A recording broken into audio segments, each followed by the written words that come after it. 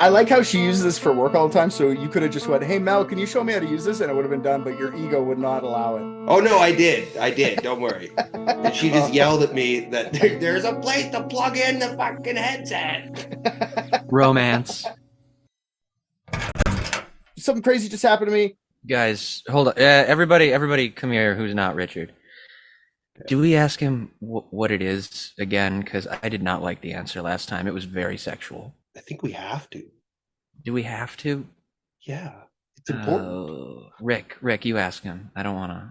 Guys, I got something really important that you're gonna like. Yeah, what is it? RJ wants to hear it. RJ especially. You know what? I'm gonna tell you first. RJ, come sit on my lap so I can tell you the story. Okay. Sit on his lap. It is wet. Why is everything always wet? Because I was abducted by aliens. Yeah,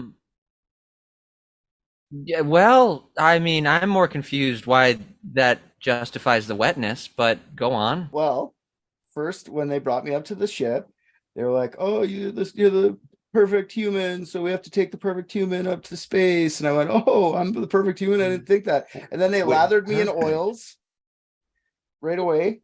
And I was like, "Dude, they said you're the perfect human." Yeah. All right. Yeah. Trying to understand. In perfect English, they said, "You're the perfect human. Let's make him wet." Yeah, well, they didn't say let's make it wet. They lathered me in oils. And I was like, "Guys, take off my clothes if you're going to lather me in oils. You know, you can't just keep them." They didn't understand clothes. Can you believe it? They said those come off. Okay, and you didn't dry before you put these pants back on? Oh, that's oil. Oh, okay, so it's ruining my clothes right now. Got it. Yeah, it's alien oil. It comes right out. This was like 3 hours ago. And I came back here, decided I'm going to do all the research I possibly can on alien abduction. The first case of alien abduction ever. You guys ever hear about this? Betty and Barney Hill? Oh, I have. This is a good one. I don't remember them being greased up in oil, though. Oh, that was me. Oh, okay. Oh, you got special treatment for being the perfect human. Yeah. I am the perfect human. I didn't know that. Me neither. None of us did. Jesus. Yep. Is that the bar? Really? An elite team of private detectives. What if balloons are aliens? Maybe that's the key component we're missing. Cover-ups. John's guilty. Mysteries that need to be solved. Maybe Mormons need mountains. Richard, shut up.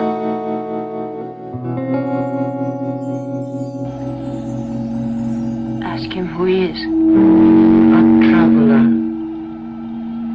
From where? My world hovers just above the ceiling of your universe. It is not a planet. It is an amplification of light, some of which radiates from your stars. How did you come here? I am more urgently concerned with the question of how I shall survive here. If I remove my shield. Please, you may do. Well, Bobby, meet RJ and Rick. I know you have met them through the podcast, but here they are. I know from listening. RJ, it's nice to meet you. It's nice to meet you, too. Rick. Nice to meet you, too, bud. Hey, I was confused because he said, "I'm RJ."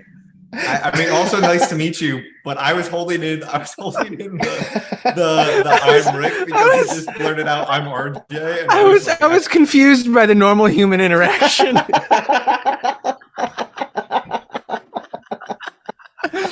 Rick, I guess.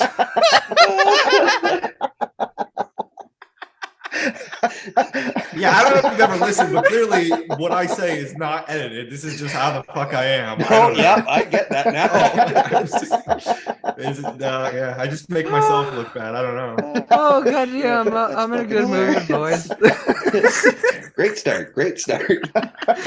Oh fuck. I'm so confused. I thought we did Betty and Barney Hill. How do I know this one?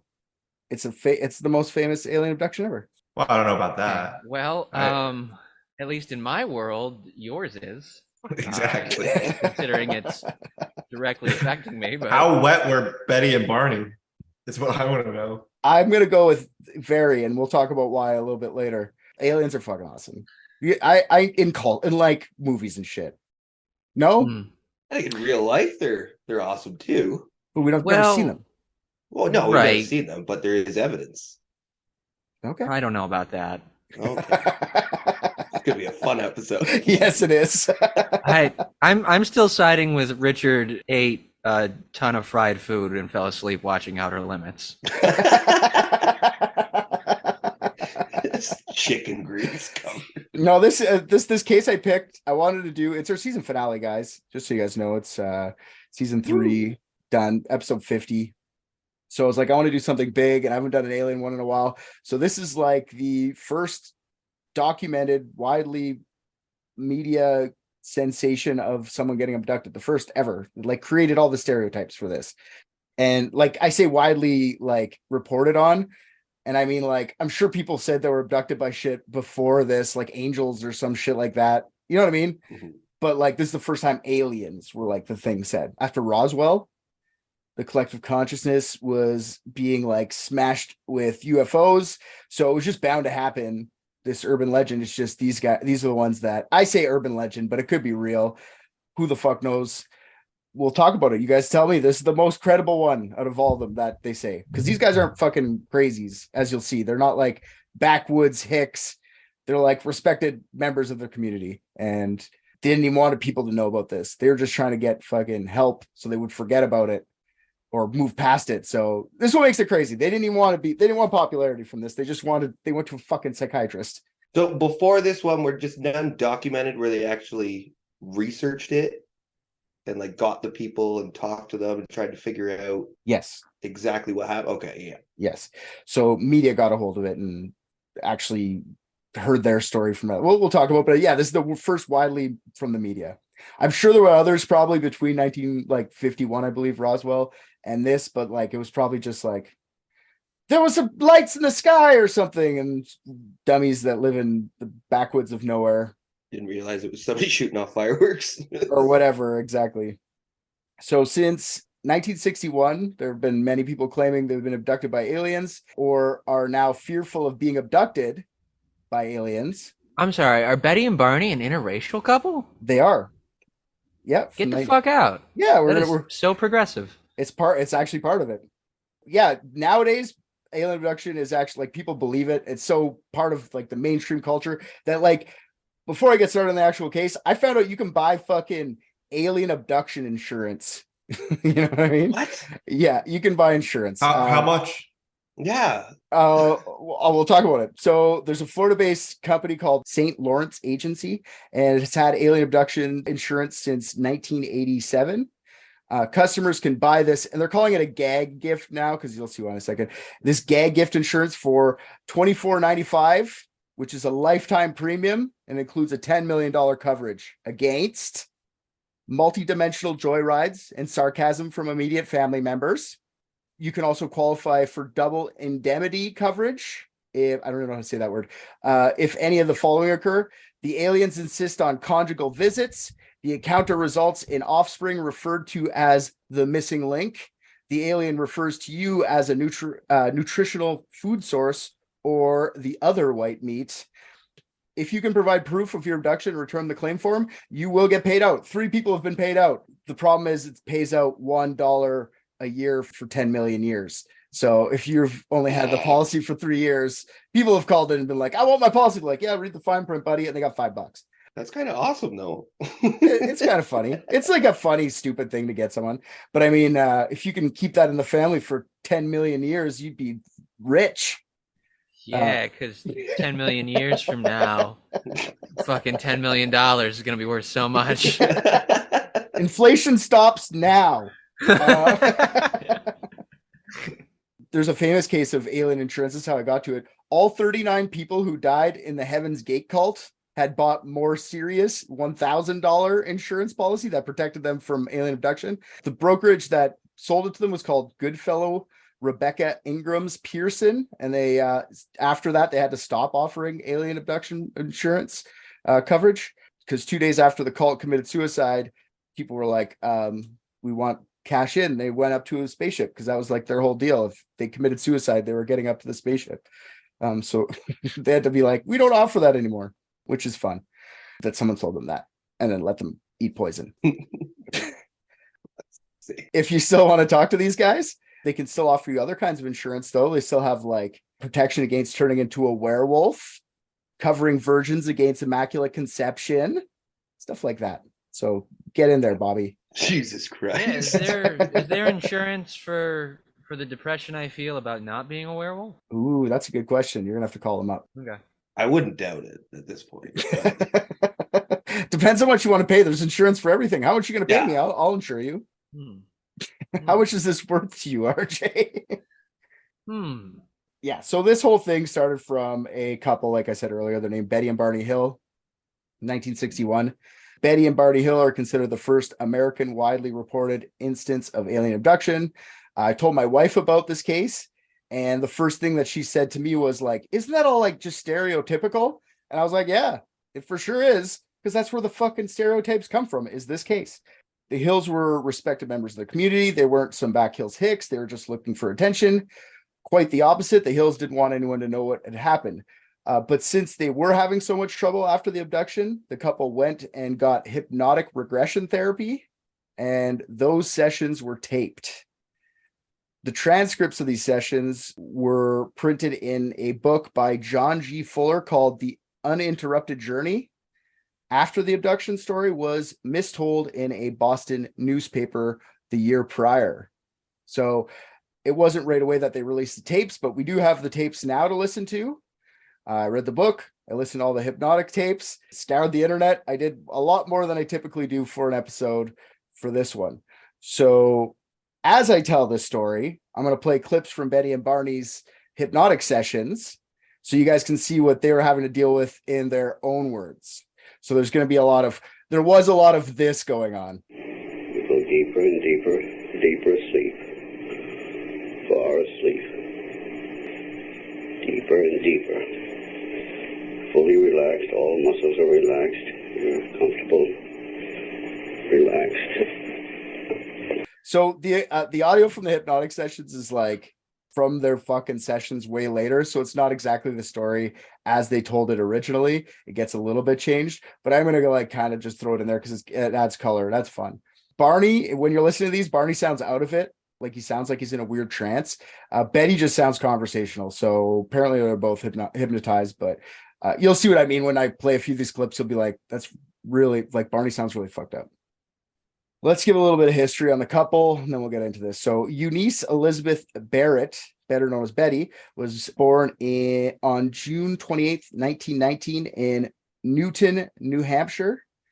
Eunice is a better name than Betty. I'm saying it. I like it more. Betty's too plain. Eunice is original. She should have went by Eunice. She was raised on a chicken farm in Kingston, New Hampshire. Now, usually when I like look up the town where someone's from, I kind of go like, who is a famous person from this town? Kingston, New Hampshire has a total of 5 famous people listed on their wiki. One of them is Betty Hill. One of them's Josiah Bartlett. I don't know if I guess he signed the Declaration of Independence. Don't really know. 2 of them are famous people from the 1800s. The last notable person is Adam Lanza, the Sandy Hook shooter. Like, I'm super exactly. I'm like, what the fuck does Kingston, New Hampshire have that on their Wikipedia? Just take it down. Nobody wants it on there. Like, I'm sure. Like, fuck. Jesus Christ.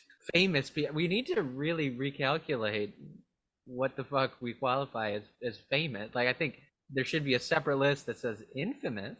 I'm sorry. I said famous, but that's not what they usually put. They usually notable. Yeah. Yeah. That is notable. But it's like, come on, just why do we have to remember that one? Get that one out of there. Someone will find him. If anybody wants to find him, they'll find him. They'll be like, oh, really? He's from Kingston? Like, research him. Like, nobody cares. Betty was considered one of the smartest kids in her class and loved to read.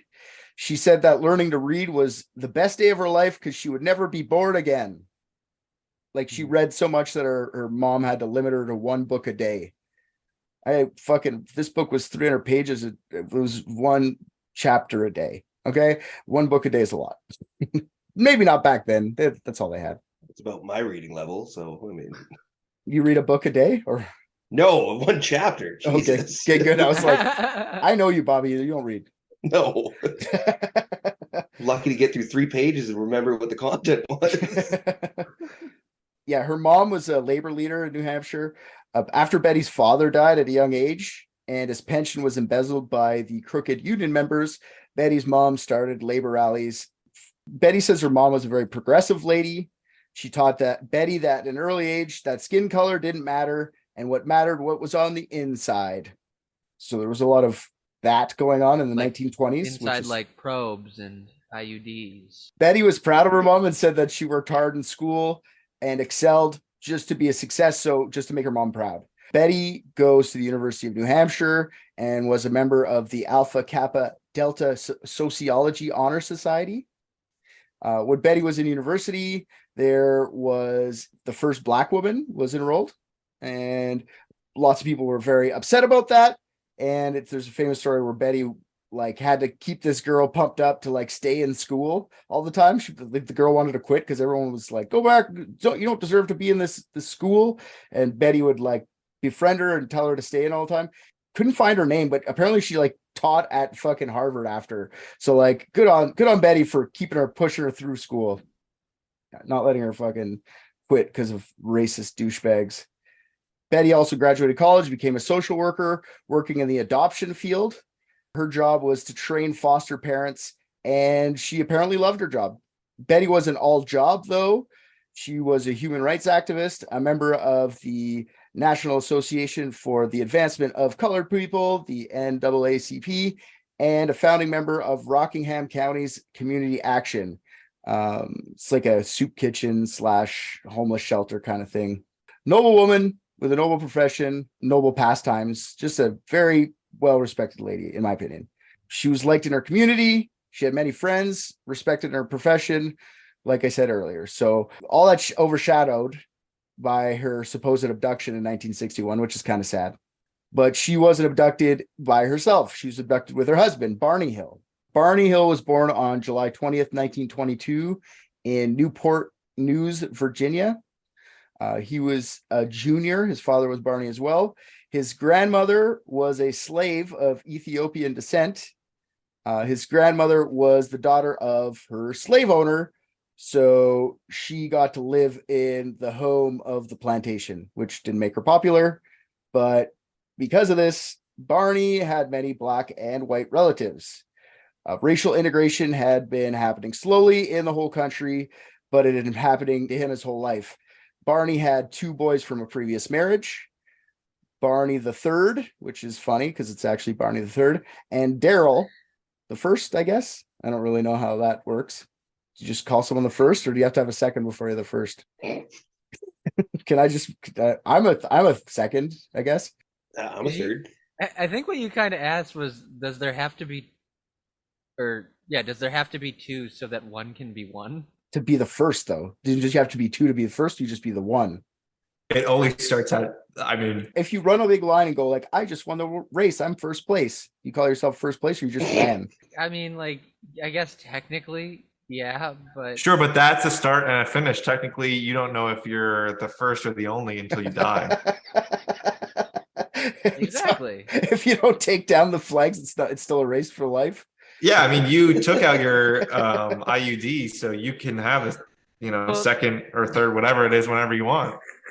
That's true. If it's your first child, that's true. I guess it goes both ways. Because you're right, first child. That's true. This is Richard Missing Link, the Stoodle the Second. Barney worked at a post office, night shift sorting mail, which was in Boston, which was also a 60-mile drive from their house in Portsmouth, New Hampshire. As a young man, Barney wanted to be an engineer, but as a Black man, he wasn't allowed to go to university, even with an IQ of 140 and fighting Nazis for his country in World War II. Wow. Yeah, you can fight Nazis, but you're not allowed going to school, douchebag. It's a fucked up time. I also know Barney was an avid plane watcher. It was one of his and his 2 boys' favorite hobbies to go to the water airport and watch all the water planes take off and land.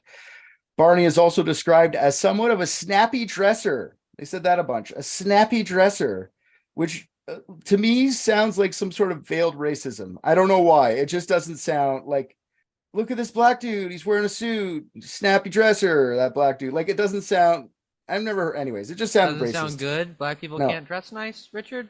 Call them snappy? They didn't call any of the white people snappy dressers in that fucking entire thing. I'm Sure, someone has at some point. Not in that book. I'm not even going to listen to this. You don't think black people can dress nice? That's No, disgusting. I don't. Have you He probably ever had one of seen those Steve hats Harvey? with the little feathers sticking out of it there. There you go. Bobby took it over. Oh yeah, no, yeah, you did consume that racism. That was good. Ate that for Richard. Thanks, Bobby. Well, that's what the 70s comics taught us. I'm not even touching it. Betty and Barney.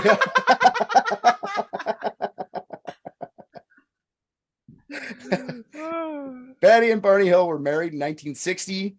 They were an interracial couple, which was rare for the 1960s. It was still illegal in many states.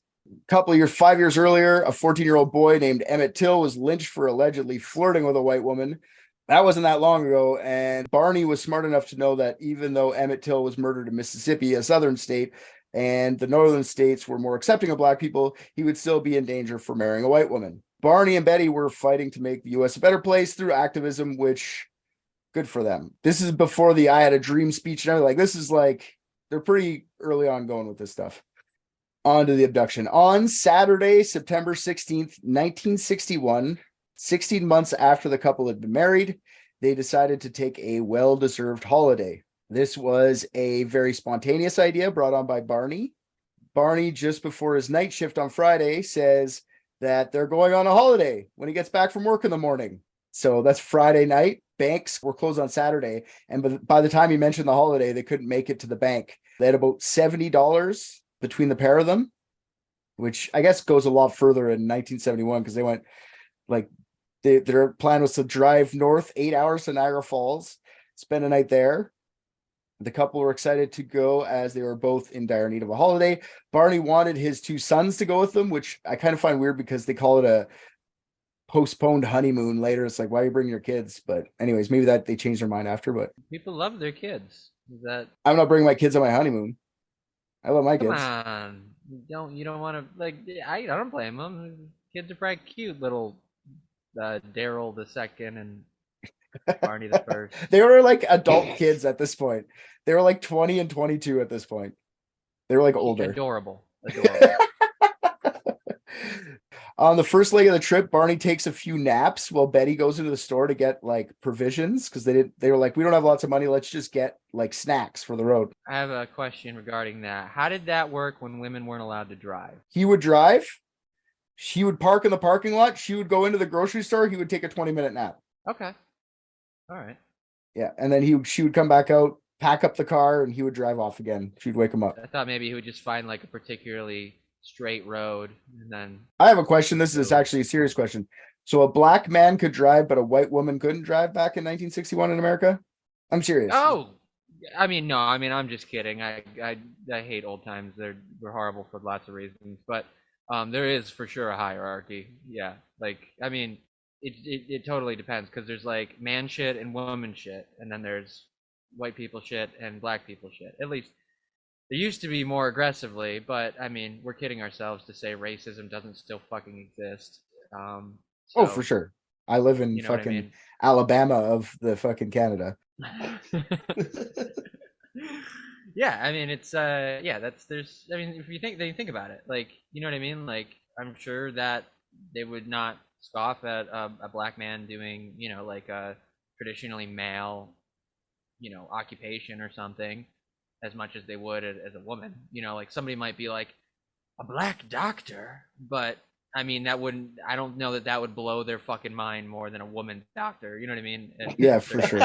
Well, I'm like the white woman's allowed to go to university, but like she'd probably be frowned upon driving. You know what I mean? Like, it's fucking weird. Such arbitrary, dumb rules. Like, again, I'm just like ascribing that. I don't know that was actually not allowed. I just I was like, maybe, but that is what happened though. She would come in and wake up Barney. So I was like, maybe guys were only allowed to, I don't fucking know, America. It's 1960s, so it's not fucking Saudi Arabia. I know if you but I know like if you look at like old people, like at least when I was growing up, there was always the man driving. There's still the stereotype that, at least amongst older people, that women can't drive. I mean, I always drive, but my girlfriend can't drive well at all. It's horrible. It's not a stereotype thing. She just can't fucking drive. I'm not risking my life, Is it that bad though? It's bad. I once had to go 15 minutes to pick up my car somewhere, and she drove me, and I got out and felt like I was about to puke. And what did she do? I'm sure you told her that too, which is amazing. I did. I was like, I'm gonna be fucking sick. Let me be clear about something though.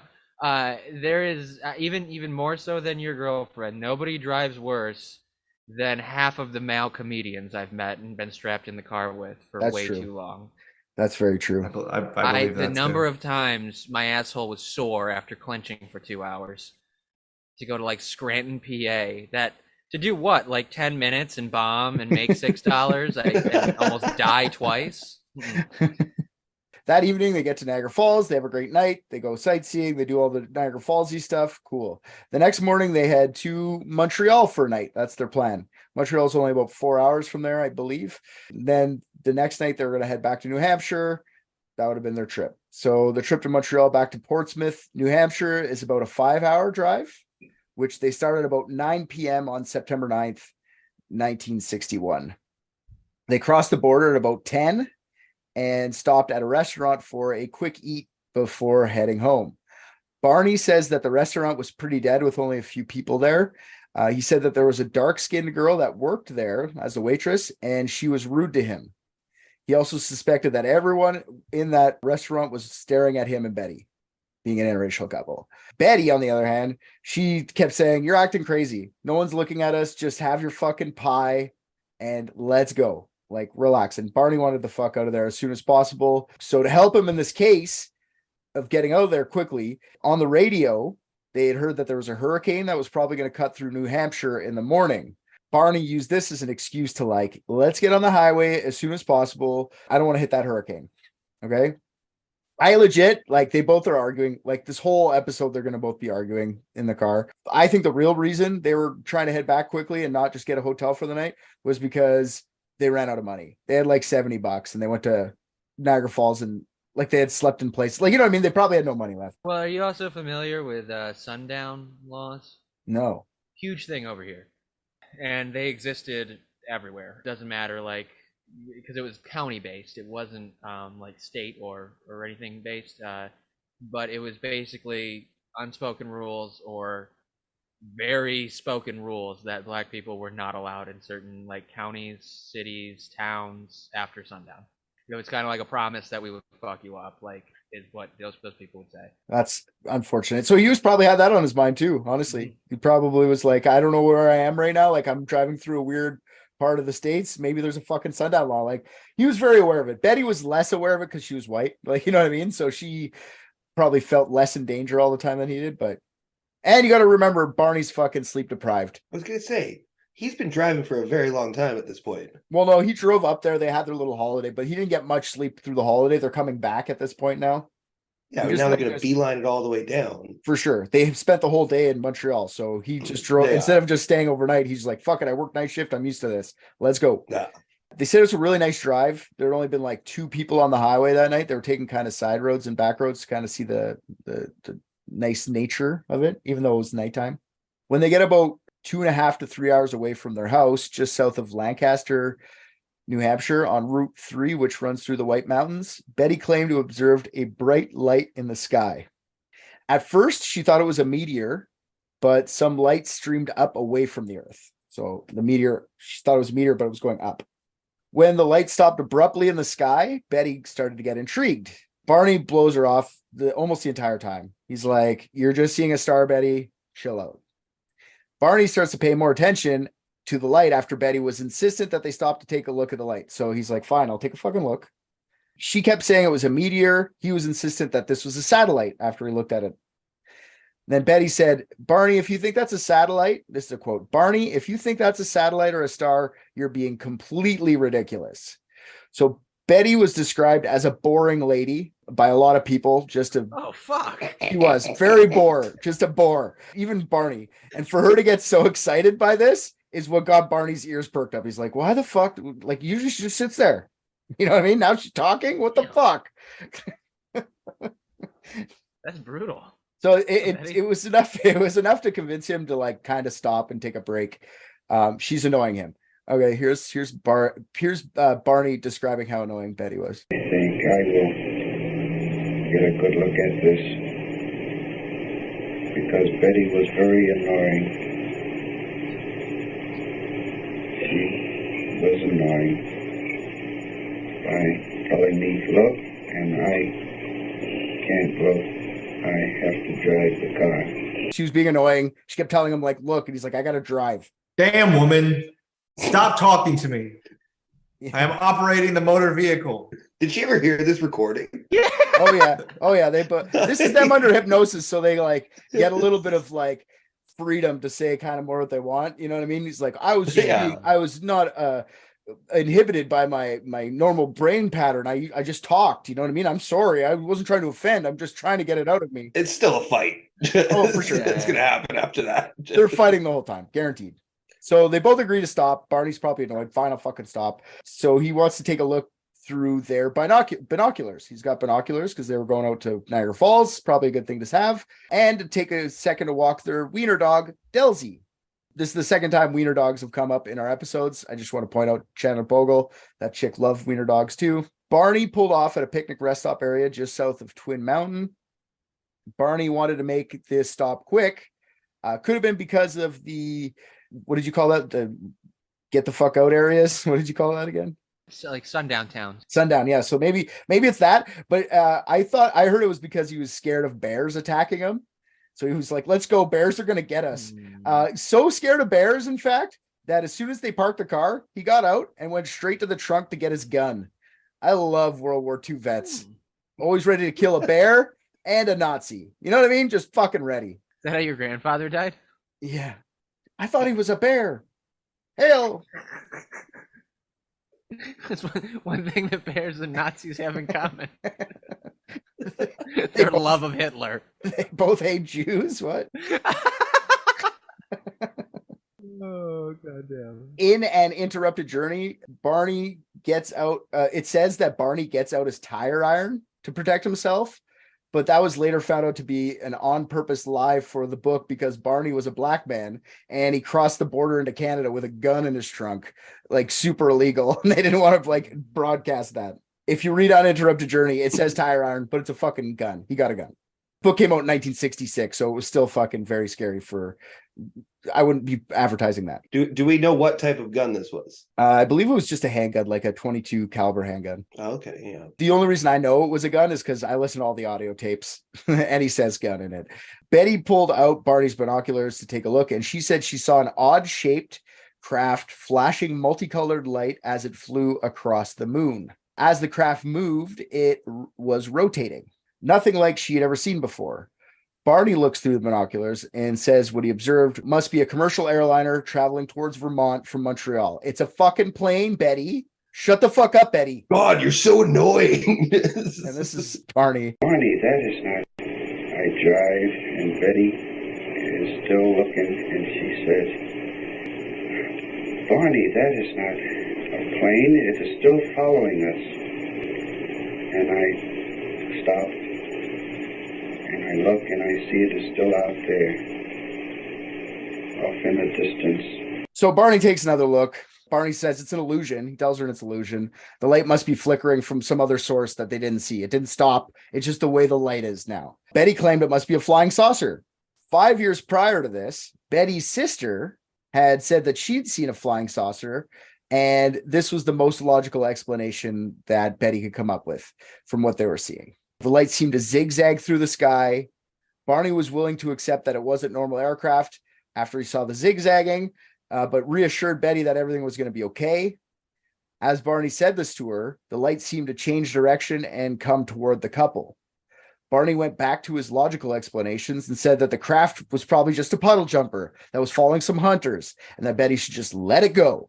Betty starts, "It's not even hunting season, Bonnie." You'll see how that's how she says it. "It's not even hunting season, Bonnie." God, Betty was such an annoying bitch. Yeah. This is what he says too after that. He goes, "Okay, fine. It's not hunting season.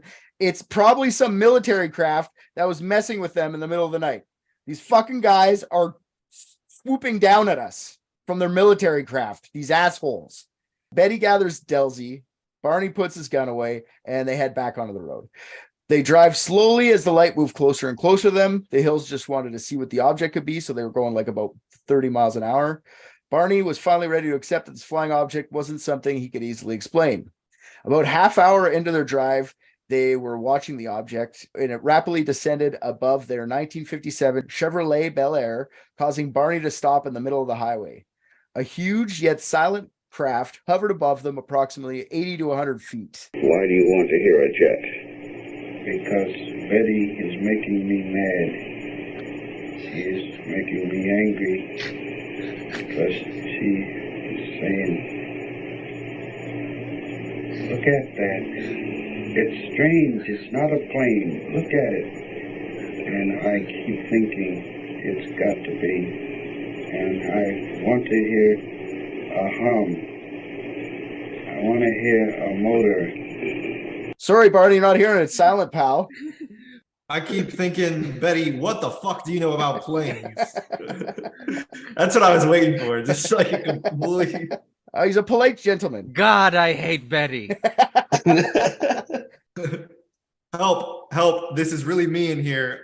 I actually fucking hate Betty. Save me. Help.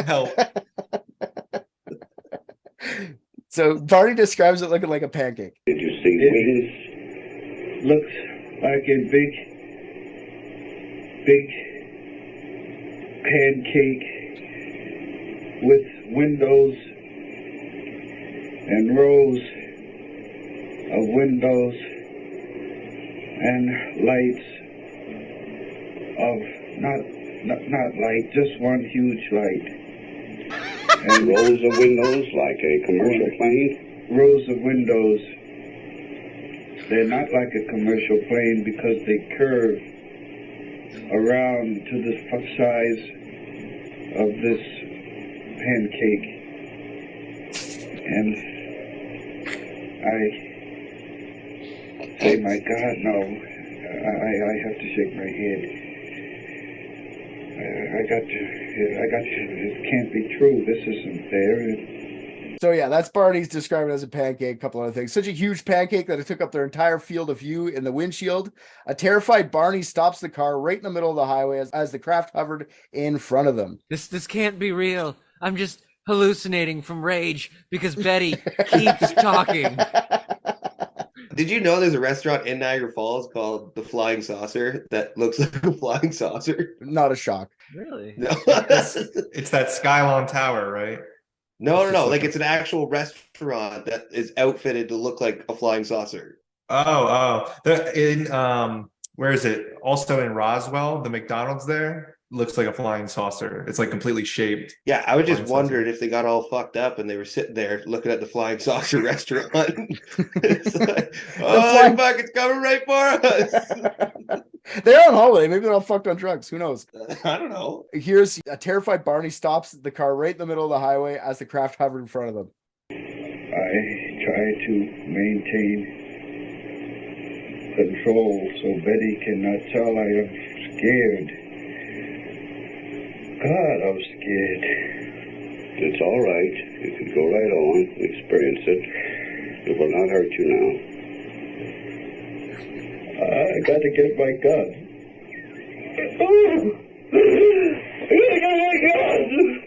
All right. All right, that's all. Stop. Go to sleep, Steve. You forget now. You forget it now. You've forgotten. Calm now. Relaxed. Deeply relaxed. Deeply relaxed.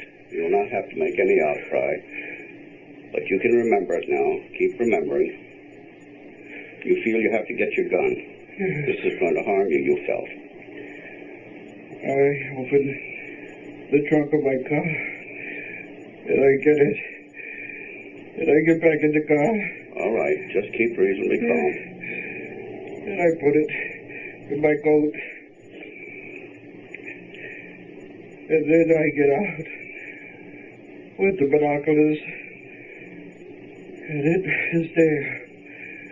And I look. And I look. And it shifts over. And I think, I'm not afraid. I'll shoot it down not afraid. I'll shoot it down. I'm not afraid. You sounded pretty fucking scared there, Barney, for a second. Yeah. I fucking love. Where's my gun? How not soothing that guy was. Just calm down. Calm down. Tell me more. I think if I see like an alien ship coming towards me, I'm not even thinking, even if I have a gun on me, that is not my first thought, because it's like life is over. Either they're friendly or I'm fucked. Like I'm running out of the car and I'm like, I'm wet. We're on the same team. Look, it's all over my pants. Yeah, I do. My first thought was, fuck, I love World War II vets, always ready to kill an alien or a Nazi. So they're fucking get the guns out, buddy. So Barney pulls up the binoculars to take a look. Up close, he could see what looks like a windshield in the pancake. He kind of described that. In the windshield, Barney claims to see 8 to 11 humanoid figures standing there. He said one of them looks like an Irishman. The beings were gray-skinned, wearing glossy black uniforms and black caps. Also this. Did they have faces like other people? You say one reminded you of a red-headed Irishman. His eyes were slanted. I see it so. His eyes were slanted, but not like a Chinese. I figured if I said that, you guys would get mad at me, so I let Barney say it. It's almost as bad. You were so excited. Now, wait a minute. That could mean a lot of things. When he says not like the Chinese, is it exactly like the Chinese, just like flipped? I'll show you the description. He draws a picture later. I'll show you. Or is it like the Japanese? Is that what he's going for? We'll show you the picture after. So they're all looking at him. He says they're all staring at him. Then in unison, all but one of the figures moved to some sort of panel on the rear wall of the deck or whatever he was looking at on the inside of the craft, and let him tell you something. About 11 men now, I thought, looking down at me, and they suddenly made a turn to what I thought was a panel, and I could see their arms going up, and there was one that kept looking down, and I kept going closer. Every time I hear one of these stories, my mind just goes straight to like time traveler, 100% time traveler. Could be like an Irishman that has Chinese eyes. That's the future, man. That's the future. I'm sorry. I don't know what happens. We were talking about potatoes, and I'm just thinking, I don't know if the Irish did to them, but geez. He said the one that didn't move kept eye contact with Barney, and he claims that it communicated a message to him telepathically. This is the guy that Betty and Barney later called the leader. The leader said telepathically, "Stay where you are and keep looking." The one I thought was the leader. And was he the one you thought was the leader in the spaceship? Yes. What kind of language did he use? He did not speak by words. I was told what to do by his thoughts, making my thoughts understand. Mm-hmm. Leave Barney alone. He didn't know the word telepathy, okay? He just kept saying stuff like that. Leave him alone. He kept communicating thoughts with thoughts. My thoughts with thoughts, his thoughts. It's called telepathy. Large bat wing fins began to telescope out the sides of the craft. The wings had red lights flashing on them. A long structure descended from the bottom of the craft, like an elevator or stairs or maybe a ladder or something like that. Barney tries to take the binoculars down from his eyes and go back to his wife, but feels compelled to keep them there. Oh, I thought you were going to say hit her. And walked toward this UFO, and I saw some eyes staring down at me, and I was coming closer and closer to this UFO, and I could not believe it was there. And yet, I could not make it go away, and I was compelled to go closer, and I prayed to God. He was compelled to keep them there. Betty's still in the car, yelling for her husband to come back. Barney doesn't recall her cries. He instead tries to raise his gun and shoot these creatures away, but he cannot. Barney snaps out of it when he has a suspicion that he is about to be captured. And then he runs back to his car, while his wife is yelling hysterically. Betty, like I said, still in the car, looking at the craft in amazement. Barney puts the car into drive and starts to speed his way southward toward their red-framed New Hampshire home. Betty held her head out the window to keep an eye on the creatures. Where's Delsey, you ask? Where's Delsey? Crazy dog. She stays in the car all the time. That's funny. Isn't that funny? Hilarious. That's it? Stays in the car. He just stays in the car. It stays in the car. She doesn't bark, do anything. She just stays there. Isn't that funny? He just says that a bunch too when he's hypnotized. Isn't that funny? She's like, not really. It's kind of weird, dude. Without explanation, as they're driving away, some loud rhythmic beeps sound from the rear end of their trunk. They felt a vibration that was hard for the Hills to describe. Betty said that when she touched the metal in her car, she expected to be electrified, but no shock at all. And Betty said, well, do you believe in flying saucers now? And I said, oh, don't be ridiculous, Betty. Of course not. And we then had a beep, beep, beep, beep, beep sound on the car, and I kept quiet after that. Even after all that, Barney's still like, shut the fuck up, Betty. I just want to get home. I got to work tomorrow night. The couple starts to feel drowsy after the beeping, and they lose consciousness. They awake around 2 hours later, 35 miles down the road after hearing some more rhythmic beeping sounds. They didn't realize that 2 hours had gone by. All they remember is a vague memory of driving the 35 miles. They remembered making a sharp and sudden unplanned turn. They also remembered something about a roadblock and a fiery orb in the road. The rest of the ride home is Betty just wanting to talk about what happened and Barney telling her to shut the fuck up. He calls it the like, this is here you go. That's the funniest thing, Betty. Funniest thing. I never believed in flying saucers, but I don't know. Mighty mysterious. Yeah. Well, I guess I won't say anything to anybody about this. So they decide right instantaneously, as soon as they get home, we're not going to say anything about this to anyone. No one's going to believe it anyway. The Hills get back home and realize the trip took too long. They look at their clock. It's 7 in the morning. It should have been home by 5. There's many mysterious things that they couldn't explain. First things first, Barney was compelled to go check out his dick. As soon as they got home, ran upstairs, not joking, ran up to the bathroom, went and inspected his cock. Didn't see anything wrong with it, but he felt compelled to go look at it. Okay. He like disappointed afterward, like, nuts. No, really he was thought that would have done something. I feel like he was relieved, and he doesn't know why he was relieved when he saw it. That is some real deeply buried trauma. Yeah, we'll see what it is in a bit, or what it supposedly is.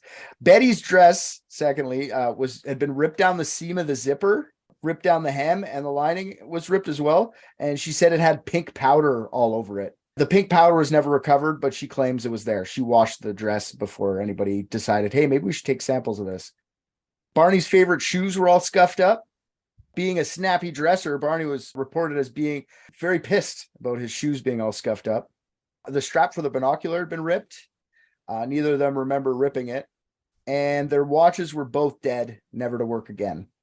Betty also had this idea that their luggage had been covered in radiation. And when they got home, she refused to bring it in the house. She left it on the porch. Barney also said that he had a new soreness pulsating from his neck.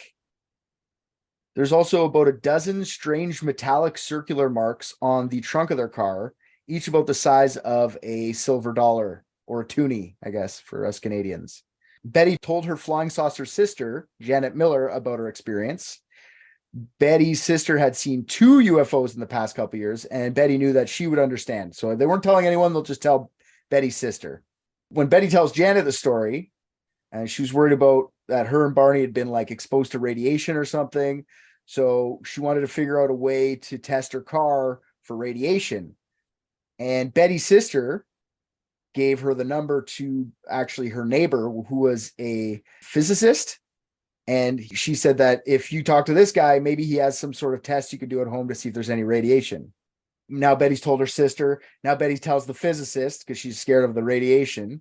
And the physicist tells her to go grab a compass and put it over top of the circular rings or put it over around the luggage. And if it's irradiated at all, the compass should move around a bit. And that's a good way to do a preliminary test. If it does something weird like that, then we'll get it further tested. Is that legit? I don't know. Is that a real thing? Honestly, I don't know. I didn't look into it. I should have. I would assume it is. I don't know, though. I don't know if that makes sense. Yeah, so Betty goes around, she does it, puts it over the clothes and stuff in the suitcases. Nothing doesn't move, but she puts it over top of the metallic circles. The needle would just spin around in circles, apparently. And they only know what I told you, basically. They don't know what happened in their time that they're missing at this point. One of the biggest reasons they don't want to tell anybody is because they were a interracial couple, right? So that was hard enough. And plus they're doing like the NAACP stuff and they've been in the paper a bunch.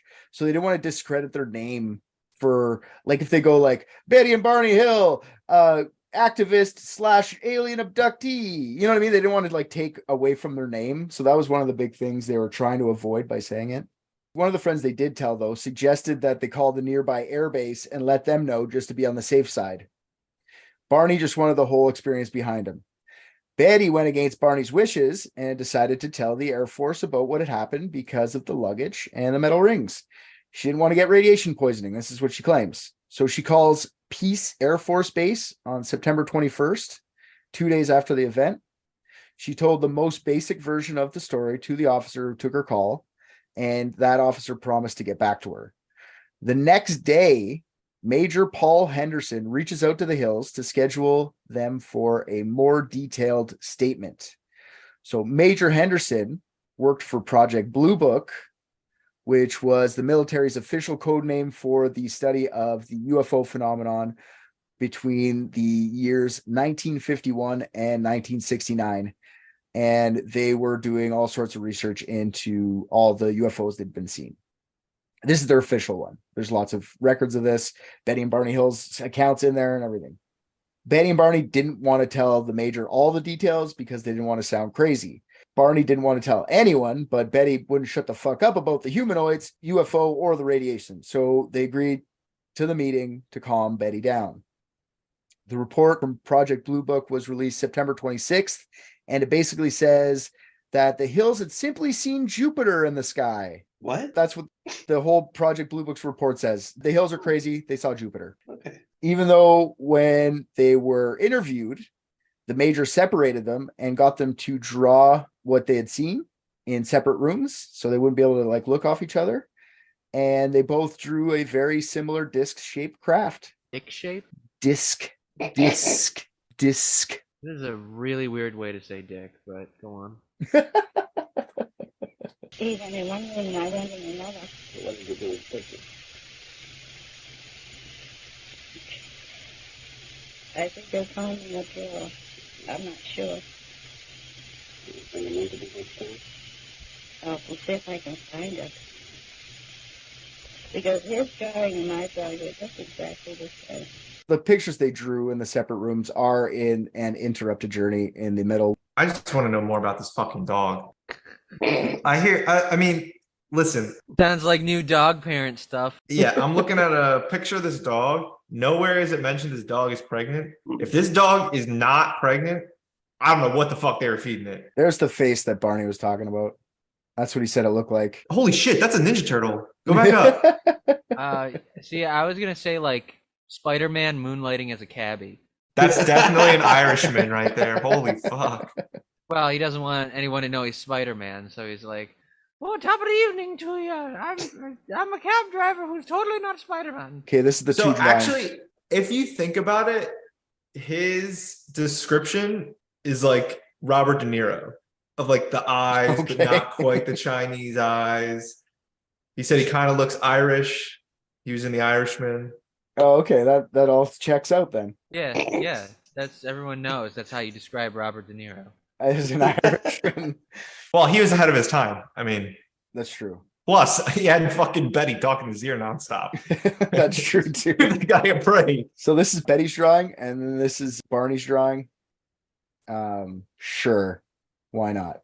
The drawings aren't really that compelling to me. They both kind of look like a dog collar, which is Yeah, a little true. suspect. Yeah, this should say like Delsey in the middle here. Delsey. Yeah, that's what I mean. It's I don't know, man. The right drugs and the right level of like emotional disassociation. I could see them staring into Delsey's dog collar and thinking that they that's saw true. something revolutionary. Yeah. Wait, and they were coming from where? Going to where again? They went from New Hampshire up to Niagara Falls, over to Montreal, and then back to New Hampshire. And this occurred on the way back from... Correct. Okay. A sleep-deprived couple days. That interview with the military went nowhere. Betty was disappointed with it, really. Betty was still compelled to look into this. So the same day the report came out, Betty went to the library to look up anything she could find on UFOs. And after hours of research, Betty left after checking out the book entitled The Flying Saucer Conspiracy, written by an ex-Marine named Donald E. Kehoe, which she read in its entirety as soon as she got home. Kehoe was not only an author of UFO books, but also the head of the civilian research group called the National Investigation Committee on Aerial Phenomena, or NICAP. Now, I'm not sure if you guys know anything about UFO researchers, but NICAP and MUFON are two different ones, and they hate each other, and they still exist to this day. And it's kind of funny. So NICAP's been around for a long time, and so has MUFON. MUFON's Mutual UFO Network, I think it's called. It is, but they do the exact same thing, and they fight with each other. Like, work with each other, boys. Kehoe and NICAP believe that the Air Force was covering up UFO sightings, and the reason Kehoe helped found NICAP was to conduct investigation into the phenomena independent of the government. So she writes Kehoe a letter detailing her and her husband's experience, but this time in great detail, including the humanoids on the craft, the ball of fire in the road, and the missing time. Her letter was forwarded to a guy named Walter Webb, an astronomer and NICAP member from Boston, who decided he was going to make the trip to interview the Hills. The Hills agreed, and their interview happens on October 21st, 1961. So just a little bit over a month. During the 6-hour interview, Betty and Barney outlined their entire experience. Barney was sure that his brain was blocking out certain parts of the night because there were probably parts of the encounter that his brain didn't want him to remember. That was his claim. They don't want me to remember. I don't want to remember. Repressed memories. Webb was positive the Hills were telling the truth after the 6 hours.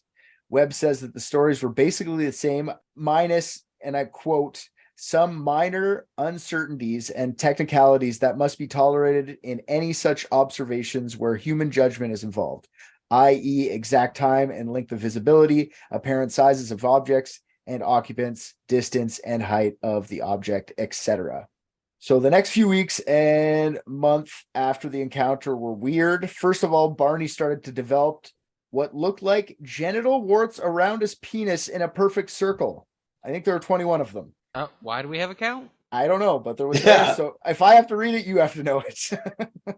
Okay. 10 days after the encounter, Betty would have a series of dreams for 5 days straight. She would have these dreams. And then after that 5 days, she'd stop. These dreams happened before the interview, but I don't think she told them to Mr. Webb. I know Barney just wanted to forget about the whole thing, so Betty claims she didn't go too far into the dreams with him. He would just tell her to shut up, leave me alone. Betty couldn't stop thinking about the dreams during her days. She would tell Barney about the dreams. He was sympathetic to her feelings, but he told her, I don't care about your dream. Like, I know you're getting upset about this, but just shut up. It's funny to me that they're arguing all the time.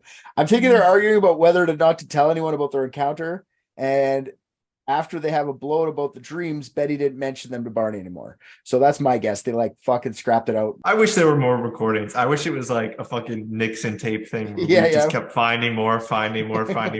And there was just like recordings at them at home, and Barney was just like, God damn it, Betty, shut the fuck up. But Barney, they came for me. Barney. Barney's like, and Betty, it's so annoying. Betty's like, Barney keeps putting his dick in frogs. Like, goddamn Betty won't mind her stupid, annoying business. Okay, so instead of talking to Barney further, and after the interview with NICAP's Walter Webb, in early November 1961, Betty starts to write down the details of her dreams. All of her dreams were pretty much the same. They start out with her and Barney as they were driving away from the object Barney thought was going to abduct them, and then they got stopped by a roadblock. Then some weird humanoids surround their Chevy. This time, she gets a better look at the beings and sees that they were almost human, but not quite human. That's how she describes them.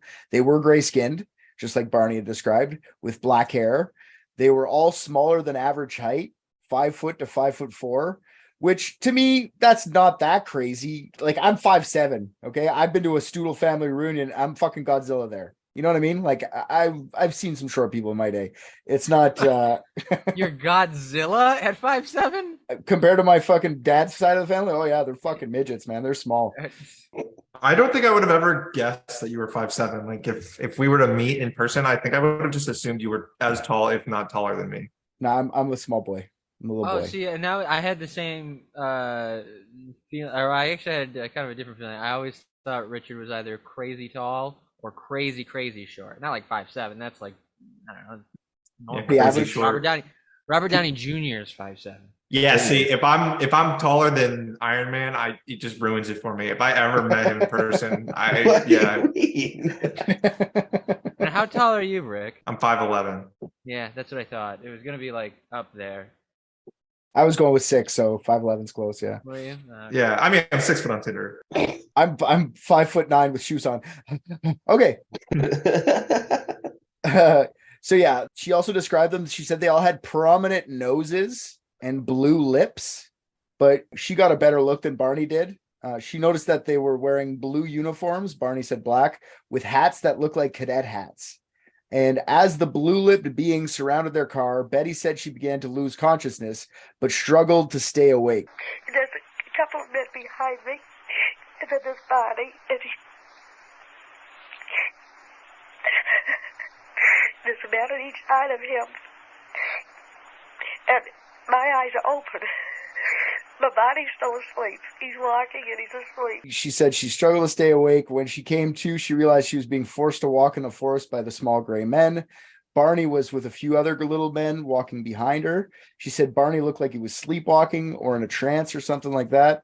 She tried to call out to him, but he wasn't responding. Like, I guess like NPC mode or something like that. And I begin to get mad. And they go, who the heck are these characters and what do they think they're doing? And so I turn around and I say, Barney, wake up. Barney, why don't you wake up?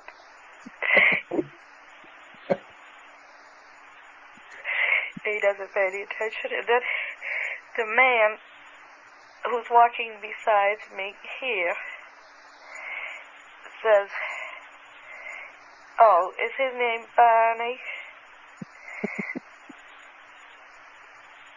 And I turned around and I looked at this man, and I figured it's none of his business. So I didn't speak to him. Is his name Barney? So Barney was pretending to be asleep. Believe it or not, you're not far off, Bobby. We'll move on. We'll get to there. Okay. The little gray men walk Betty and Barney up the ramp to the metallic pancake-shaped craft. Once they were inside, the aliens separated Betty and Barney. Barney was still in his trance-like state, but Betty protested. One of the aliens, who Betty referred to as the leader, told her that if the two were to remain together, the exam would take much longer. Betty gave up, and the couple were led into separate rooms. Another man comes in. I haven't seen him before.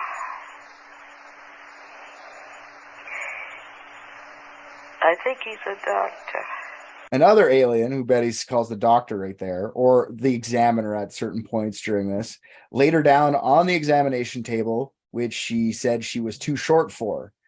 The examiner shone a big light into her eyes and began the exam. He took a lock of her hair and fingernail clippings. Then he examined her eyes, nose, mouth, teeth, throat, and hands. Next, the examiner took a skin shaving using a tool she described looking like a letter opener. The skin cell sample on what she said looked like cellophane, so he took it and put it on a piece of plastic or something. The last test performed was what Betty described as some sort of pregnancy test. The alien pushed a giant needle which she says 4 to 6 inches into her stomach. Actually, she says navel. This is way too much for Betty, and she cried out in pain.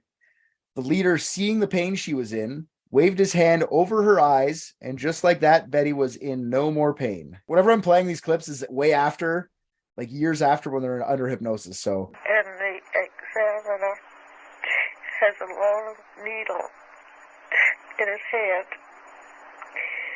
and I see the needle, and it's bigger than any needle I've ever seen. And I asked him what he's going to do with it, and he said just a simple test, it won't hurt me. And I asked him what, and he said he just wants to put it in my navel. It's just a simple test. And I told him, no, it will hurt. Don't do it. Don't do it. And he said, no, it won't hurt. And he sticks a needle into my navel. And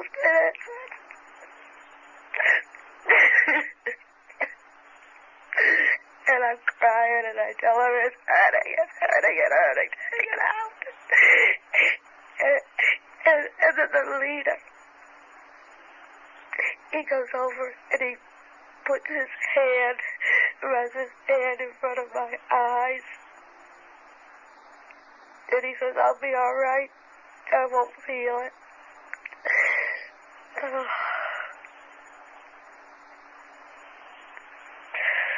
And all the pain goes away. So that's Betty describing that afterwards, like far later. She's just, when she's writing this down, she doesn't write my navel. This is, you know what I mean? This is her writing this down in her book right now, but still, this is how she describes it later on. Where did she say that the needle was being stuck? Under her nail? Her navel. Her navel. Oh, navel. Oh, got it. I don't know if I said this already or not, but they sound like people pretending that they're hypnotized. I don't. Dr. Ben Simon says they were. I don't know what to say. You could be right. Oh, well, the doctor of fucking hypnotism. That's what I'm saying. I don't know what to say. I listen. It's not a fucking science or a medicine if people tour and do it in comedy clubs. Got me while I was drinking. I almost fucking ruined my fucking computer, you dick. Yeah, no, I agree.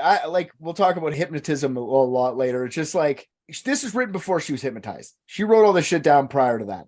So, like, is that just her acting out her fucking written down thing? I don't know. We'll talk about it in a bit. Is there any reason why what they call the leader is what they thought was the leader? Like, because he's the one doing all like talking to them and stuff like that.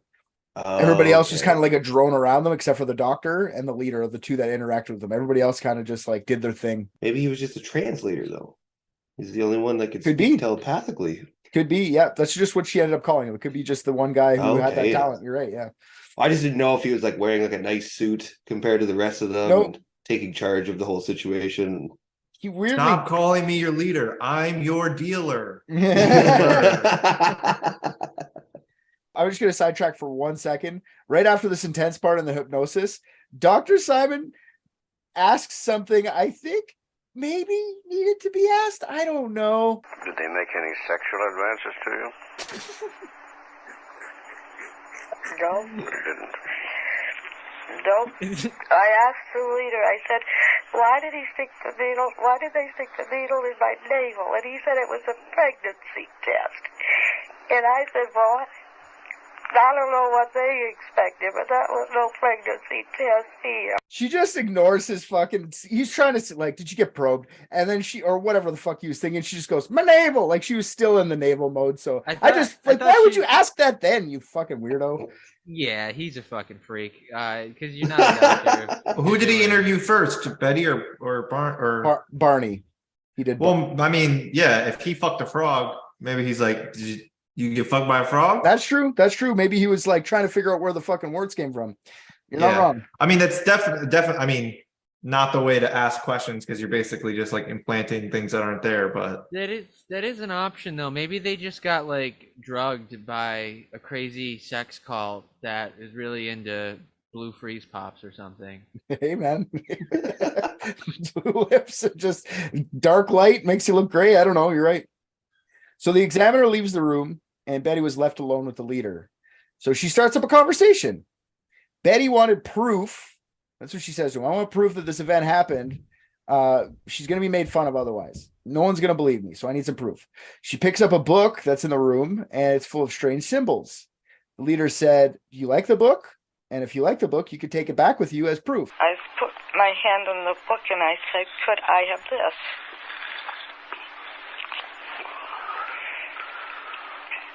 And the leader laughed, and he asked me if I thought I could read it. And I told him, no, I laughed too.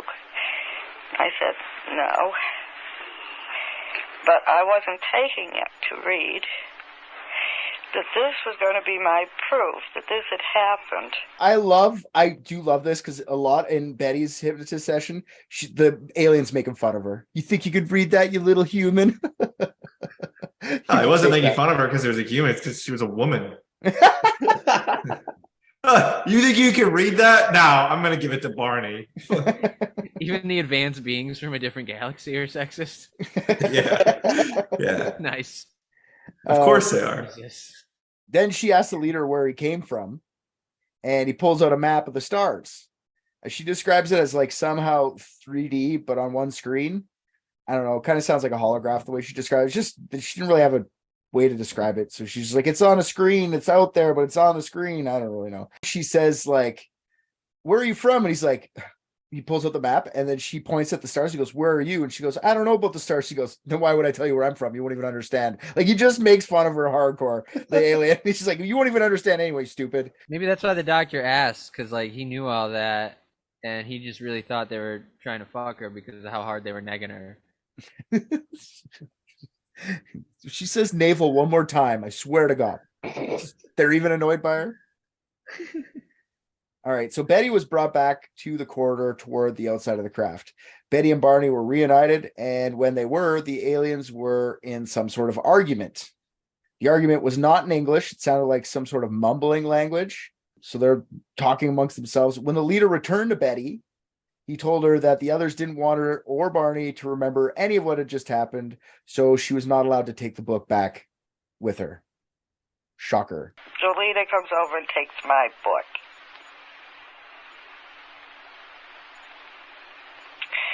And I said, oh, I'm furious. I said, you promised me I could have the book. You gave me a word I could have it. And he said, I know it. He said, but the others object. They don't want you to have it. And I said, but this is my proof. If you take the book away from me, I'll have no proof that this has happened. So she whines at the aliens. But I won't have any proof. She gives up the book, and soon they're led back down the ramp back into the car. The leader could tell that she was in trauma, so he suggests to her that maybe she wait and watch them leave. To me, that sounds like some sort of like hypnotism in itself, just wait until I leave. Keep staring at me until I'm fully gone, then you'll have back to full use of your whatever. And then maybe that's whatever propulsion system or whatever on their ship was what the big fireball was. She remembers vaguely seeing in the middle of the road as they flew away. The couple does, and then they just resume their drive after they go. And a little bit into the drive, they hear the beeping again, and then they regain consciousness, and then back into how they got back to their house in New Hampshire. So over the next year, Betty dragged Barney up and down Route 3 a few times just to investigate where the incident happened. Walter Webb had actually suggested that they do this, and Betty was determined to figure out what happened to them that night. They couldn't find the spot, and even if they did, only Betty was convinced that it would resolve anything. Barney was in poor health before this incident. He had ulcers, but after this whole thing, his ulcers were getting a lot worse, and he was getting sicker and sicker. So sick that he took medical leave, and he was suffering from, before he didn't really have anxiety, now he had debilitating, terrible anxiety that he couldn't leave houses. He all thought it stemmed from that night. So Barney starts to go to a psychiatrist to help him with his memories, and hopefully that would alleviate the anxiety. His psychiatrist said that after a while, the memories and the missing time would just gradually come back, and then he'll feel better. You just got to work through it. We'll talk through it. And they did not. On September 7th, 1963, there was a guest speaker at Betty and Barney's Unitarian church named Captain Ben H. Sweat. Captain Sweat gave a talk on hypnosis. Just a simple talk about the benefits of hypnosis and how the future of hypnosis is bright in the psychiatry field. He mentions that hypnosis can even help you remember things that you'd forgotten years before, stuff you may have blocked out from like the war or something like that. So the Hills, very intrigued, approached Captain Sweat after his talk. One of Betty's friends had already suggested that maybe the couple get some hypnosis, but they didn't know how to go about it. So they really wanted Captain Sweat to help them remember what had happened. Barney was looking for anything. His ulcers were out of control and they weren't getting any better. So Betty was also having a hard time sleeping. And after hearing about how hypnosis might be able to help them get their memories back, they were willing to try anything. So they go up to Captain Sweat, like, fix us. And Captain Sweat's like, no, dude, I'm just an amateur. I don't know anything about this. Go find a professional. Ask your psychiatrist, Barney. He'll tell you someone. So Barney's psychiatrist, Dr. Stephen, and I don't know any other thing about this psychiatrist, just Dr. Stephen, refers the couple to a guy named Dr. Benjamin Scott. Now, Barney had been going to the psychiatrist for a few months at this point, and it wasn't really helping with his anxiety or ulcers.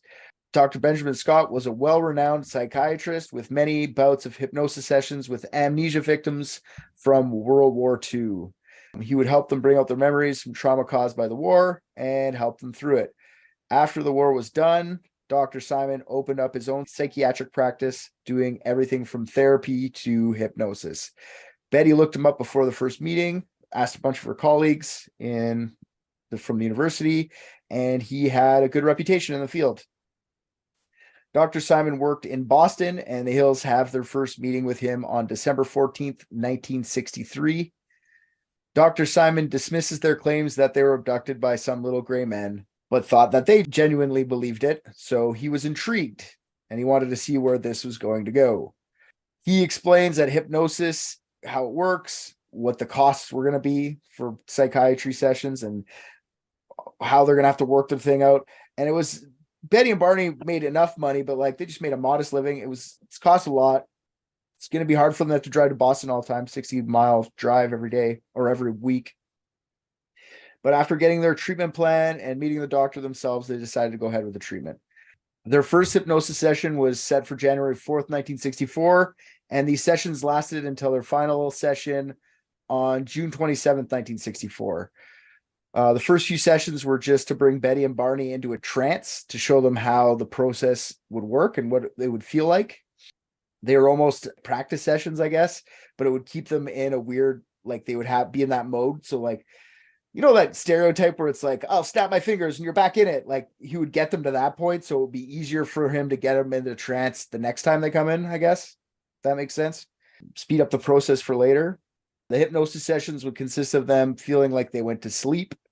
And then they would wake up and Dr. Simon would make sure the couple could not remember what had happened. So he would literally at the end of every session, there's 4 of them total, 2 Barney, 2 Betty that are out.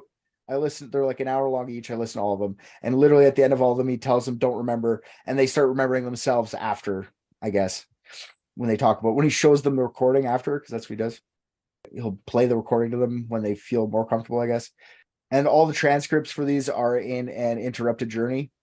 It was interesting to see that they had different reactions to being hypnotized. Like Barney sounds more like he's in a trance and Betty just sounds like she's talking. But apparently they're both hypnotized. I know RJ said they sound like they're faking, which is true. I agree. So when it came to remembering the lost time, both Betty and Barney got really emotional, as you heard a couple times as I played the clips earlier. Barney screamed in fear during a bunch of his hypnosis, and Betty had to stop one of the sessions because she was crying so much. Here's a clip that I found extra. It's like a 2 minutes, the longest clip out of all of them, but I found this one pretty interesting. This creature, this leader is telling me something. He's telling you something. How? How is he getting it to you? I can see it in his face. Do you see his lips move? Yes. No, his lips aren't moving. Yes, go on. He's telling you. And he's looking at me. What did he tell you?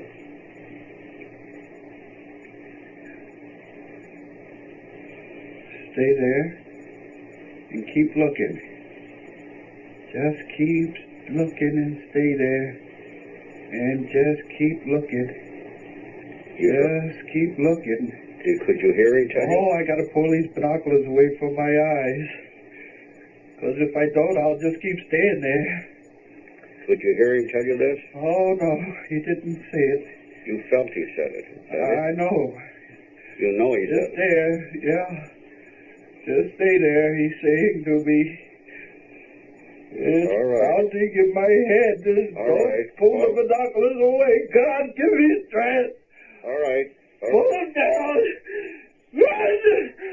Pull these binoculars down and run. God, if there's a God, give me strength. I gotta get away.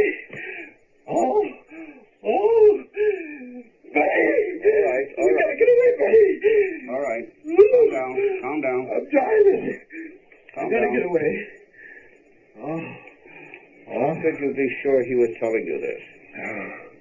Calm down. You're still asleep. The reason I find that interesting is because he's like, he keeps talking about eyes the whole time through the hypnosis sessions. Like, I cut out a bunch of sections. They're not very long, but like there's like 4 examples here where he keeps talking about how the eyes are inside his eyes, or his eyes are inside my mind, or the eyes were whatever they're doing. So you just listen. It's not very long clips there. But... Those eyes. They're there in my brain. Oh, please. Can I wake up? The eyes are there. 2. Always the eyes are there. And they're telling me. I don't have to be afraid. 3. Get away and run back to the car. And I did. And the eyes kept following me. The eyes kept coming down, but they were not the leader's eyes, and they kept telling me to keep quiet and come closer, and when I ran back to the car, the eyes seemed to still be in my brain. That's like just 4 examples of like how many times he says eyes. It's unreal. Betty, on the other hand, says that they speak to her in English, not telepathically. Just they had an accent. These men spoke good English? Only one spoke, the one who was on my left. And he said, and then he was more or less,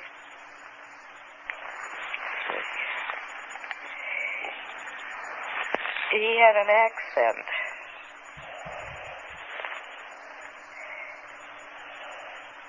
He had sort of a foreign accent. He probes her more on that. She's not sure which accent. She says it's European. So that's a weird discrepancy between their 2 stories. Okay, so just keep that part in mind, because Betty's the one who wrote these dreams out. Barney didn't want anything to do with it. And he's saying it's eyes. She's saying they're talking. So all the hypnosis sessions are going to be in the show notes if any of the listeners want to go through and do what I already did. I'm not going to be a dick and make you listen all 4 hours of that, but I did it. Unless you guys want to do like some bonus episodes where we go through each hypnosis session and like Mystery Science Theater 3000 each of them, because I'd be down for doing that. I'd laugh. Can we do the opposite? Can we get a guest and hire someone to perform hypnosis on them and convince them that they've seen aliens instead of asking them about what they've already seen? We're okay. You get on learning hypnosis, then we'll do it. Okay. Okay, perfect. Yeah. Well, I meant like hire a scapegoat, but yeah, I'll handle that part. Okay, thanks. Tell you the new information that's revealed in the hypnosis sessions. Betty's accounts during her hypnosis are basically match what her dreams were. Just a few minor differences, like the technology, how big stuff was versus like sizes and length of time and stuff like that were different. Remember, Barney was resistant to the whole idea of alien abduction. All the dreams were Betty. Okay.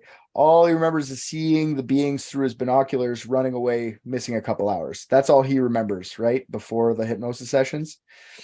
Barney is first to get some regression therapy. So for each session, Dr. Simon separates the couple, bringing Barney into the office and letting Betty sit out in reception, or vice versa, depending on who's going through the regression.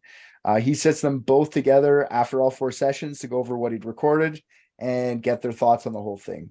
During the first session, Dr. Simon sits Barney down and gets Barney back in his trance state after a bit of small talk. Barney's regression session pretty much match Betty's dreams, which is kind of interesting, I guess. Betty's regression sessions are far more detailed than Barney's, but as you'll see, Barney claims that he had his eyes closed for most of the experience. Here's where I was talking about for you, Bobby. I have been told to keep my eyes closed.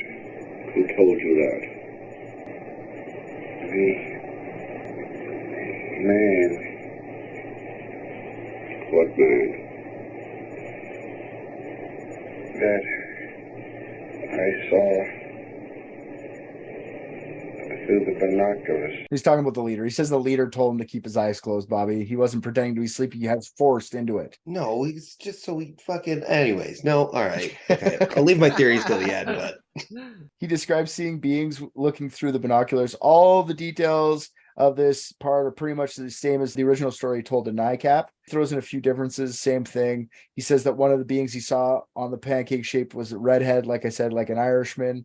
Barney says that they're wearing jeans in the second hypnosis session, which I find funny. Like they're wearing jeans.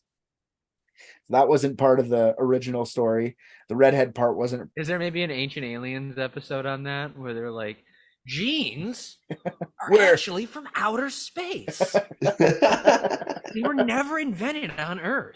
Look at the stitch work. Barney starts to remember what happened after the roadblock. So this is the part he didn't do it. So under hypnosis, his stories basically matches what Betty's dreams were, which is also interesting. He says he is in some sort of either drugged or trance state. Barney and Betty's doors open, and he feels like he's pulled out of the vehicle by two people who are smaller than him. Then he describes being assisted up a ramp. His feet are dragging. This explains why his favorite shoes are all messed up when he gets back. Barney keeps his eyes closed because he's so scared, is what he says this time. At least that's what he says early on, but later on when Barney mentions that he had his eyes closed, he was told to keep his eyes closed. But I'm afraid to open my eyes because I am being told strongly by myself to keep my eyes closed. So he's too scared to open his eyes, or he's told to keep his eyes closed. I don't fucking know what he wants to say anymore, Barney, but his eyes are closed. He immediately thinks to himself that he doesn't want to be operated on, which I find interesting. Then he describes what they did to him.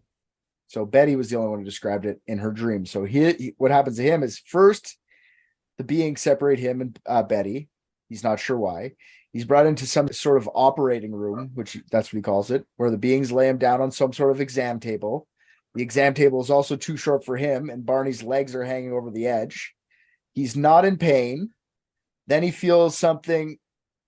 Well, let's let Barney say this one. I was lying on a table, and I was being turned over, and I felt this thing going into my rectum, and it did not pain me. Yikes. He felt something go into his rectum, and it did not pain him. And then Dr. Simon comes in with a question that maybe he should have asked. I'm not sure. I don't understand. Did you like this experience, or did you dislike it? Are you or not? I'm down. I have my soul. Did you like it? Like, what the fuck is with this guy? Oh, I know. I can tell you all about it. Then he feels his groin get cold. He still has his eyes closed. Barney admits that at that point to the doctor that he did open his eyes for a few times. When he opens them, he sees some sort of operating room, and he remembers that the man put a cup over his dick. Did you feel you were going to be attacked in any way?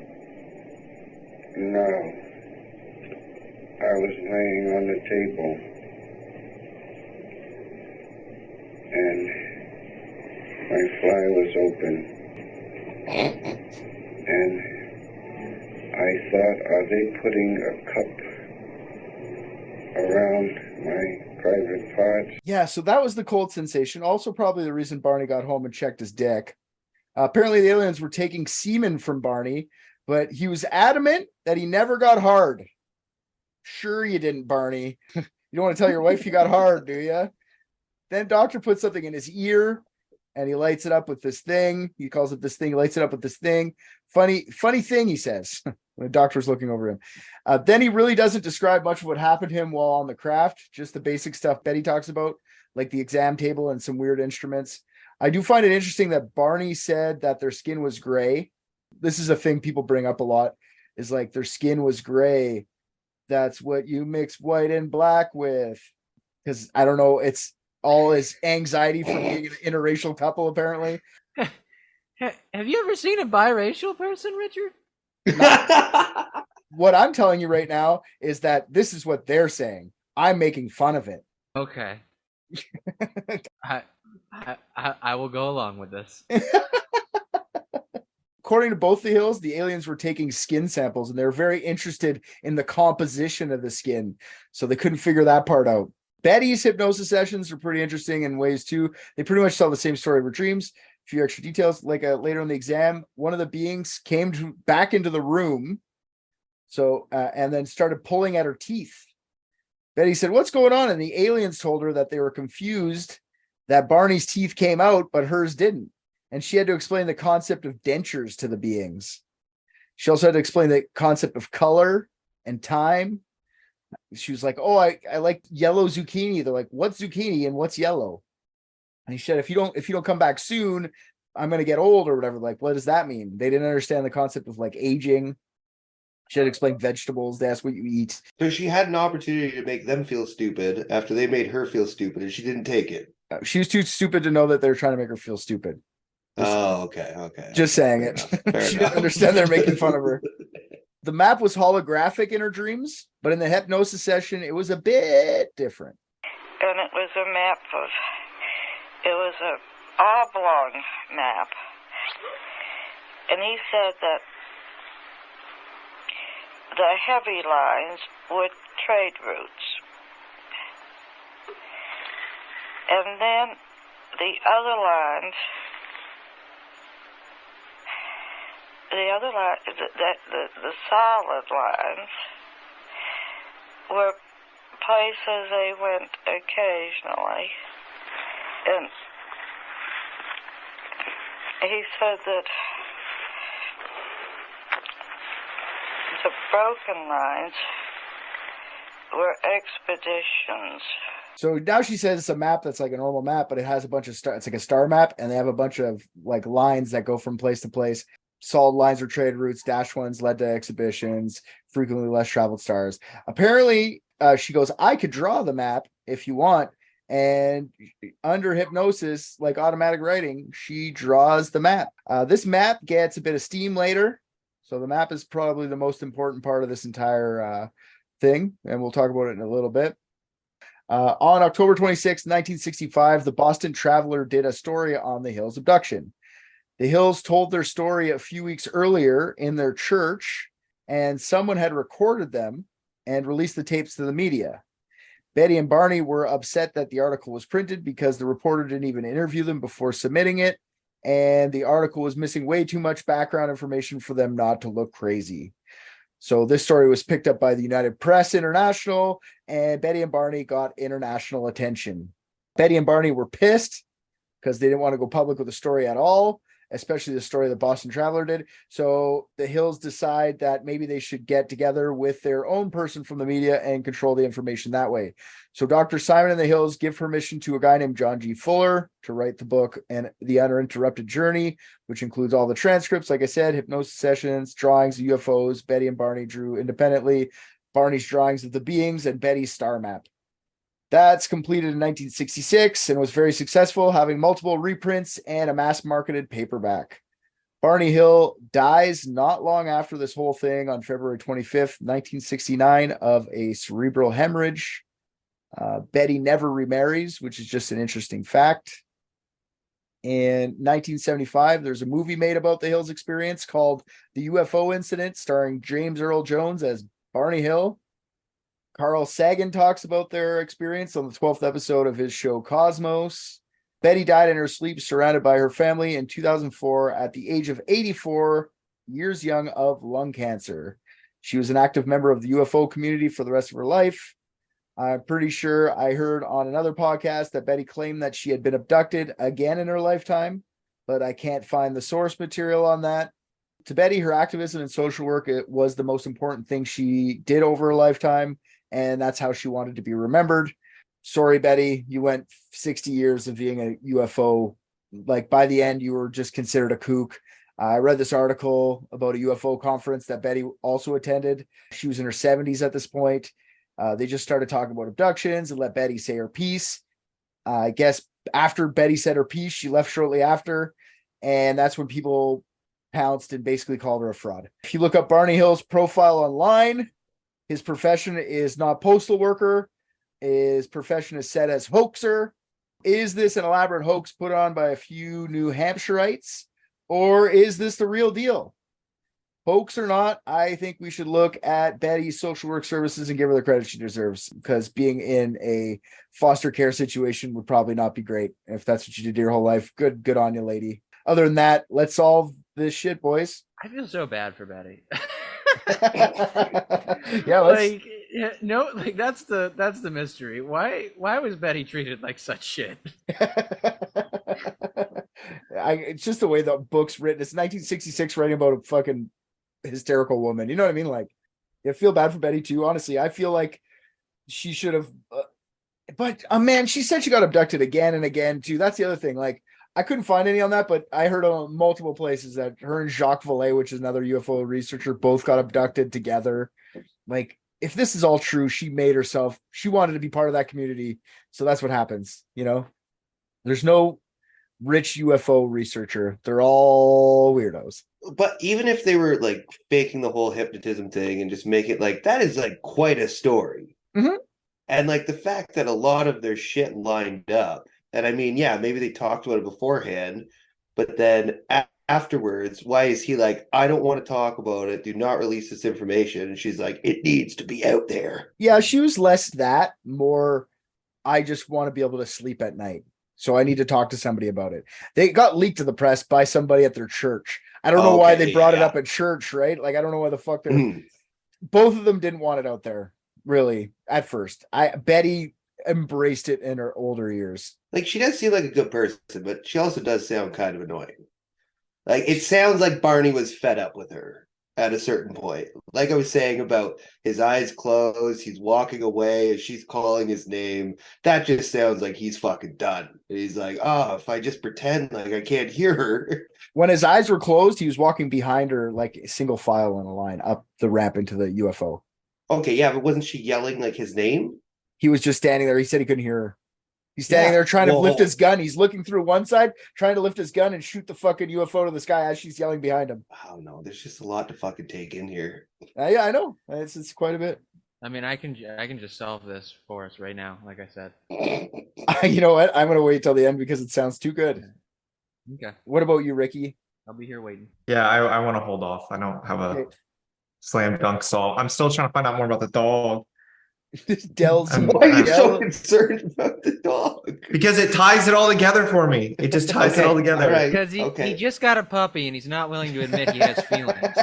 No. It has nothing to do with the fact that I have a dog. That's just pure coincidence. So first theory, they were actually abducted by aliens. So there's a lot of reasons why this sounds like a credible alien abduction scenario. There's also other evidence that there was something in the sky that night. There were some radar blips at a nearby airport, picked up a bit of action that night. Some people that were sitting in the diner that was close by said they saw some lights in the sky. Nothing as elaborate as Betty and Barney, but they did see something. Hypnosis regression therapy of both Betty and Barney pretty much match each other. So that's kind of interesting, I guess. And then the drawings is what the big thing is that gets people all horned up for this thing. The map, the drawing of the map. Oh, there's the drawings of the aliens that were drawn by Barney too. There's another guy, I don't know. They look like aliens, but that's what we invented to make them look like them anyways. Sure. The map Betty drew could be interpreted as the Zeta Reticuli galaxy. In 1968, amateur astronomer, member of Mensa, and Ohio school teacher Marjorie Fish read the Uninterrupted Journey. And after seeing Betty's star map, she decided to get involved and use the Giles star catalog to try and find which galaxy she may have been looking at. The Zeta Reticuli galaxy had just been mapped out not long before, and Miss Fish noticed that they both looked quite similar. And to be honest, they kind of do. I'm not gonna deny it. They do look similar, or they did when I first looked at it. And then I watched episode 12 of Carl Sagan's Cosmos, and Carl Sagan tears apart the star map theory pretty good. Let's look at Mr. Sagan himself tell us why the star map is trash. Strange window through which she could see a glowing pattern of dots connected with lines. It was, they told her, a star map displaying the routes of interstellar commerce. Afterwards, the Hills were released and permitted to return home, or at least this is their story. Now, believers find this account compelling, or at least plausible, chiefly because of the alleged star map. Here's what Betty Hill said it looked like. Now, why would anybody take this seriously? Because here is a real map, widely publicized by UFO enthusiasts, of 15 selected nearby stars, including the sun, as seen from one particular vantage point in space. This map includes stars that were first cataloged several years after Betty Hill recalled what she says she saw in the alien ship. Her map required, we are told, information that was not then available on the Earth. There is a resemblance between the two maps, but that's mainly because the lines corresponding to navigation routes have been copied from the Hill map onto the real star map. If we were to substitute some other set of lines for the Hill lines, we find that the eye suddenly is biased against seeing any agreement between the two maps at all. To make an objective test, however, let's remove the lines altogether. And then there's very little resemblance left. But these particular There's a bunch of fucking are dots. selected from a large catalog of star positions. Our vantage point in space is also selected to make the best possible fit with the Hill map. If you can pick and choose from a large number of stars, viewed from any vantage point in space you want, you can always find something resembling the pattern you're looking for. I'm surprised that nobody could Kind of find looks a like when I'm better tapping fit the to pencil Hill against map. my notebook like this. If you connect the Hill lines correctly, that's the Galaga character, like symbol thing. I don't know when Galaga came out, but something tells me. Carl Sagan just fucking tears apart the Hills map. But a lot of people, for a lot of years, this came out in 1970 or 1981 or something like that. So for about 20 years, people were like, Zeta Reticuli, and people still do it to this day. But like, I'm sorry, I'm going to believe Carl Sagan more than fucking Dr. Benjamin Simon. Other astronomers have given credence to the star map even to this day. Sadly, I don't have sound clips of that, just articles from believers who use the word of an astronomer beside their name. Like, cool. If this is true, the drawings were done in 1965, a few years before the Zeta Reticuli galaxy was even discovered. So that's something, I guess. Yeah, so let's just talk about hypnosis for a couple seconds. We'll do a little side jaunt on hypnosis. Hypnosis is not a good way to retrieve memories. It's a proven fact.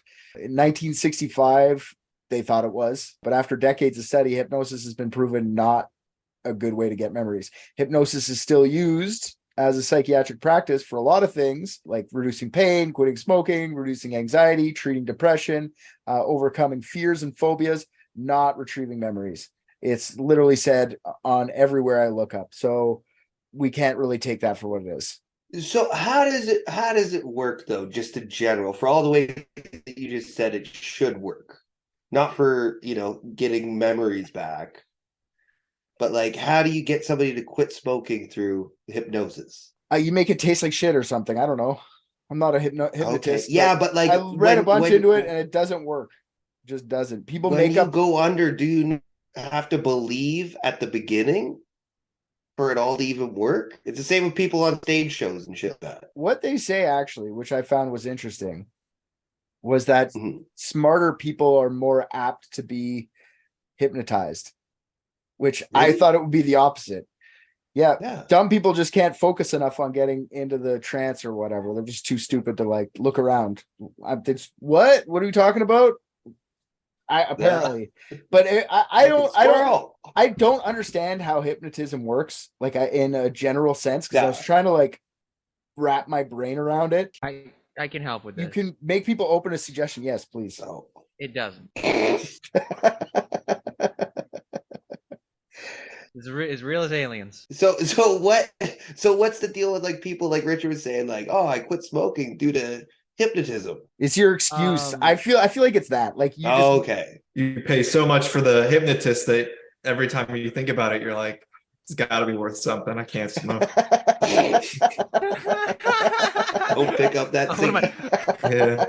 Otherwise it was all for nothing. I can't face people and tell them how much money it's gone. Put it this way, when you go to a hypnotist to quit smoking, you already want to quit smoking, so it's probably in your mind you're going to quit smoking anyway. It's just that extra push you need to stop smoking, right? It's kind of like that book that certain people have told me to read, like if I wanted to quit smoking, that like if you read this book, like you will quit smoking right away. I'm like, well, I don't know though. Will I? Yeah, I've heard that too. Paper. That fucking the easy way to quit smoking, is that what it's called, or something like that? Or something like that. Yeah. In the book, it just says get hypnotized. It says get hypnotized. Yeah. Here's a number, and you call the number. Yeah. For $5,000, you can quit smoking today. How did you hear about us? The book? I'm gonna go with I don't think they were actually hypnotized, but if they were, cool. Like I want to believe this shit. I really do. But like this isn't compelling enough for me to want to believe it. This is like a couple people who are like, we'll get into more how this played out in my opinion, or a lot of people's opinion, not just mine. Here's a second theory about what alien abductions actually are, whether it's this one or any other ones.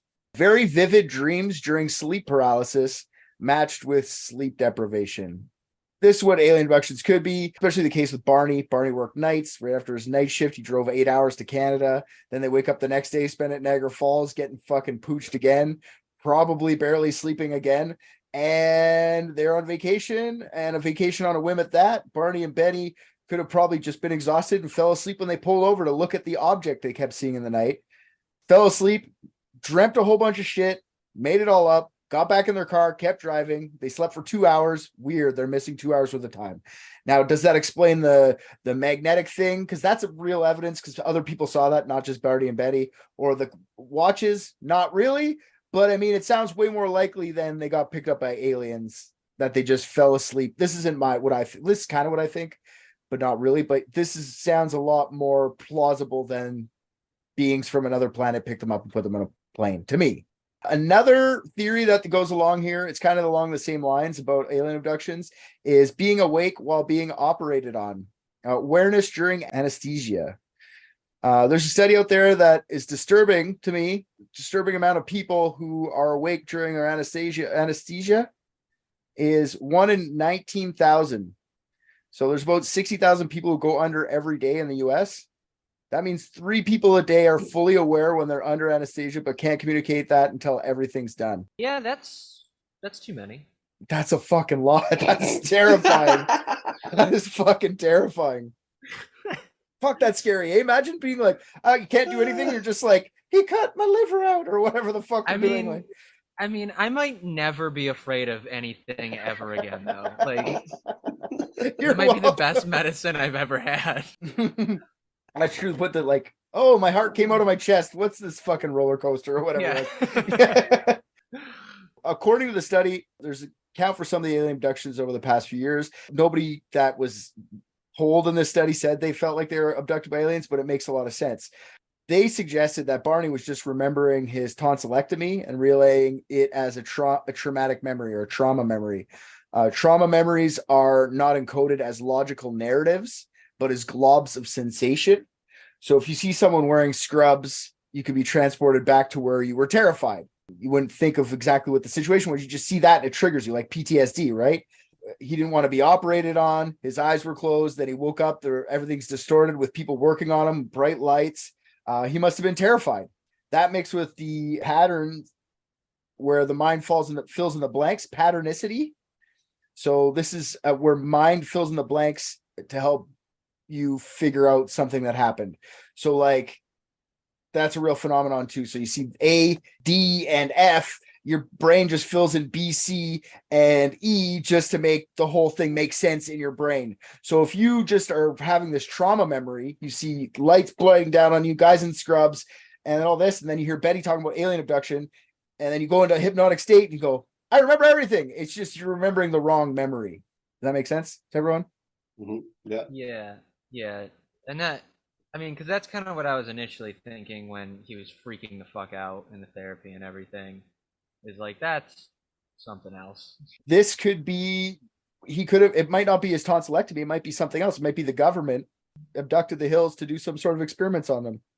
In the 60s, the government was doing pretty fucked up shit, especially in the US, to its own citizens. We always go back to this, right? With MK Ultra. Yeah, they're doing shit like that, experimenting on people without telling them.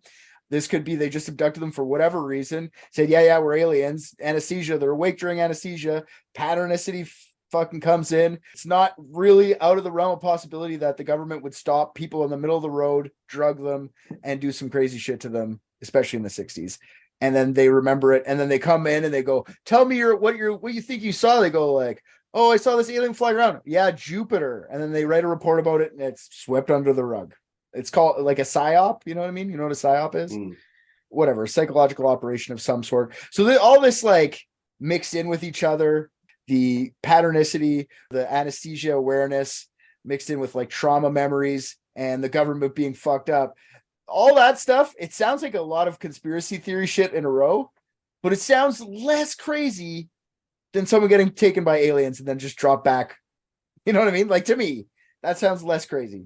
What do you guys think? Less crazy that the government might be the ones just freaking them out? I'm thinking big pharma. Or big pharma, whatever. Yeah, it's my guess. I have a theory. I mean, it's based off the dog, but I have a theory.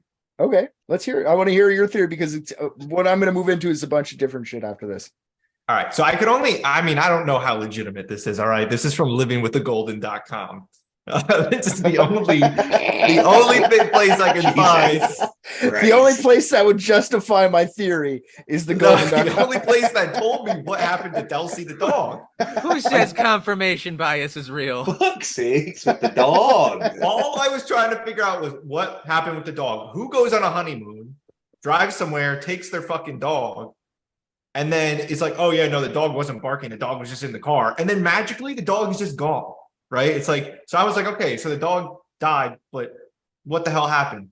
Well, sorry, hold on. And this is a really long article. Half of it doesn't mean shit to me.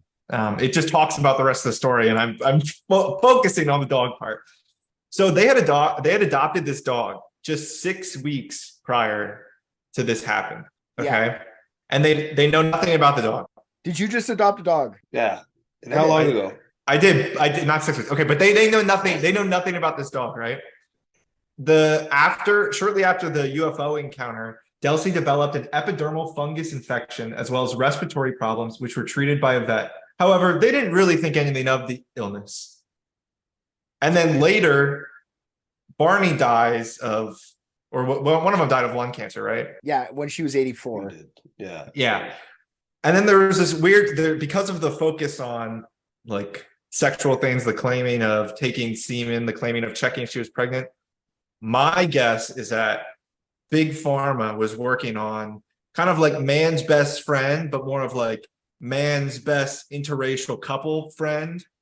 So they did like radiation poisoning with the dog and it just mysteriously ended up in the hands of an interracial couple. That's why this dog looks like weirdly fucking huge, right? Like there's something wrong with this fucking dog. There's like tumors galore inside it. 100. Did you see a picture of this fucking dog? It's pretty big for a wiener dog. I agree. It's a wiener dog that she's like manhandling. Yeah, but like, you know, they said they always say people are like much smaller in the past, right? So like, you know, I mean, people in like the 60s are probably like 3'11". Yeah, but she said the aliens were 5 to 5'4", and they're small people. I think she was 5'4". Maybe she meant it metaphorically. Like, look at this fucking wiener dog. All right, I have had a wiener dog growing up. Look at this fucking thing. It's the stomach alone is the size of her hand. It's just fat though. Yeah, that's a fat wiener dog. She's pretty big. I agree. It's a pretty big wiener. It is fucking huge. Like to get that big. Like, how do you think that that's tumors though? I just think it's some sort of like growth or something. So okay, so let me get to where I was going. So the way, Jesus, keep on your trail. Livingwithagolden.com. I lost it. Okay, here we are. So I looked into what is an epidermal fungus infection, and basically it's like a catch-all term way of saying like a lot of shit that can go wrong with a dog. But one of the things that falls under, I mean, there's like ringworm and other things, but one of them is yeast infections. So I looked into, in both humans and dogs, what causes yeast infections, and it's a blocking of hormones, right? The body's not able to self-regulate. And in women, that happens when they're on some sort of birth control. So I think Big Pharma was like, hey, I mean, birth control is a hit. Now, how can we spoon feed it to certain populations? Put it in the dogs. They adopt this dog. They got the dog for 6 weeks. They get picked up and tested, and I boom.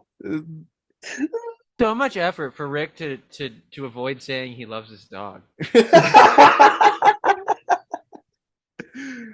Okay, a weird contraception from the government. I think they were testing like a passive contraceptive, whether it was to be used in the US or if it was like, some MK Ultra level like contractor thing where they were setting it up and they were like, all right, we're just gonna like give it to all the dogs in Ghana, like no more AIDS. I feel like there's better people to do that on though, because like Barney was 39 and she was Betty was 41. Like, I don't think they're... Well, maybe, I don't know, maybe they weren't targeted specifically. Maybe the dog was, and they were like, all right, let's just see who adopts his dog. Who's the lucky winner? Fair enough. Okay, that's a weird one. And for some reason, fucking Betty and Barney walk in, they're like, give us that one. Give us the one that looks like it is just going to keep fucking growing nonstop. Or maybe it was the racial aspect. Like, ooh, we don't want them two to make a kid. Give them the contraceptive dog. Give them the black one. Anyways, okay, well, that's a interesting theory, and I'm it's on the table. Big Pharma, contraceptive dog. Then they figured out condoms. Like, this is way easier. Yeah, they were like, oh, we don't need to use radiation. No, we don't need to use it. Fucking lambskin. We're killing all these lambs. But also, the '60s was like the pharmaceutical boom. That was when they were like doing all these crazy experiments, and they're like, fuck it, let's see what we can pull together. That's fair enough. I like that one. It's perfect spot for it because my theories go off the deep end a little bit here too. Well, one of them's really good. Don't say two. Mine was not off the deep end. Mine was all facts. Yeah, right? okay. I just put it together. You brought up some sketchy article. Listen, if you can find an article that tells me how this dog dies, great. Maybe we find the original like vet and call for records. I'll do you one better. I'll find you an article that says that dogs can be used as a contraceptive. I think the dog was used. I think the dog was used as like a nuclear insemination device. Oh, that's less crazy than what I said. They use like radiation to like alter their hormones. I got you. Yeah. Richard, how do you think dogs are contraceptive? I don't want to say. Oh, I'll say it. When you're like mid fucking and it walks in and licks you on the ass and you go soft instantly. Soft. Wait a minute. So yeah, Rick, that's gonna happen to you. During your searches, did you find anywhere where it talks about how the dog died, or is it really just like, how did this guy livingwithagolden.com or girl, I don't know, how did they find this out? I need to know. I don't know, but all I know is that Delsey really just stayed in the car. Delsey kind of gets out of the story pretty quick. But like, they weren't even making the accusations that I was. They were just like, this UFO story has been talked about enough, but what happened to the dog? And the dog got this fungus infection and died, and that was the end of it. Like, they didn't do thing first, Rick. Only a beautiful mind like you could come up with a contraceptive dog. Thank okay, you. so there's no way that they were thinking of that at all when they just wanted. They're like, people like details. Let's talk about the fungal infection the dog had, and then you're like, radiation, kill the eggs, kill the sperm. Everyone's not pregnant. Listen, if they were like adopted the dog from me and they had it for 6 weeks, and then this UFO abduction happened, now I'm like, you guys still cool with having that dog, or should we find a new home for it? And then it dies. I'm like, I'm asking questions. I'm like, what the fuck? Is this like just a cover up to kill your dog? What the fuck's happening? That's fair. I'm not discounting it. What I'm saying, it's on the table. But I just want to know why no one else was asking the question except for livingwiththegolden.com. Well, that's why I'm saying, how credible is it? Well, that's not the credible part. It's like the insanity part of it. How insane is it? Well, why would you lie? It's so specific to be like, the dog died from a fungus infection and not draw any weird, like, you know what I mean? Didn't you say that it survived? They treated it and it lived on? No, it didn't live on. It died from that. Yeah, it could be the pink powder too. Oh, shit. Or maybe the pink powder. Oh, yeah. Wow. Now you got to rethink it. Yeah. We'll go to the next one. Spores. It was spores. Spores. That's right. That's why it was a fungal infection. Okay. So next theory, this one's made up by me. Betty wanted to one-up her sister. So Betty makes the whole thing up to up her sister's story on seeing a UFO. Oh yeah, you saw a UFO? I was raped by one. Is that the whole? Who got theory? more wet? Yeah. What? So maybe not raped. Okay, maybe not raped. But Barney was raped too, right, Barney? Right?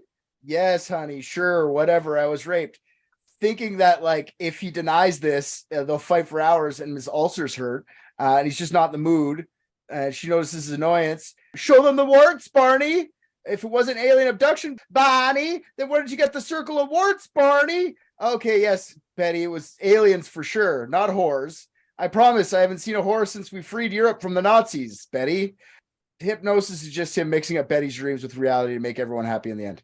That's one of the theories that I came up with. Did they have the strip clubs in Niagara Falls at that time? Could you look that up quickly? Or I'm gonna go with probably. Yeah, strip clubs are forever, my friend, especially 1960s. Yeah. All right, that's a plausible theory. Wait, what are 60s strip songs? I don't know. That's a good question. Whoa, Black Betty, Black Betty, Black Betty. Oh, is that so Black Betty was a cover a few times. I didn't even think of that. All right, here's the theory I like the most. RJ can give us this at the end because I'm sure it's another really good one. So the right one. It's probably the most spot on. So theory, it was all a dream and memory is fucked up at best. So Dr. Simon, even though this case got him famous, went on to say that this entire abduction experience wasn't that at all. It was just Betty's dream mixed in with Barney's fear of being an interracial couple in the 1960s. He always thought it was interesting that the aliens were gray, mixture of white and black, and that the aliens were taking samples of both their skin, which Betty claims they were interested in the composition of.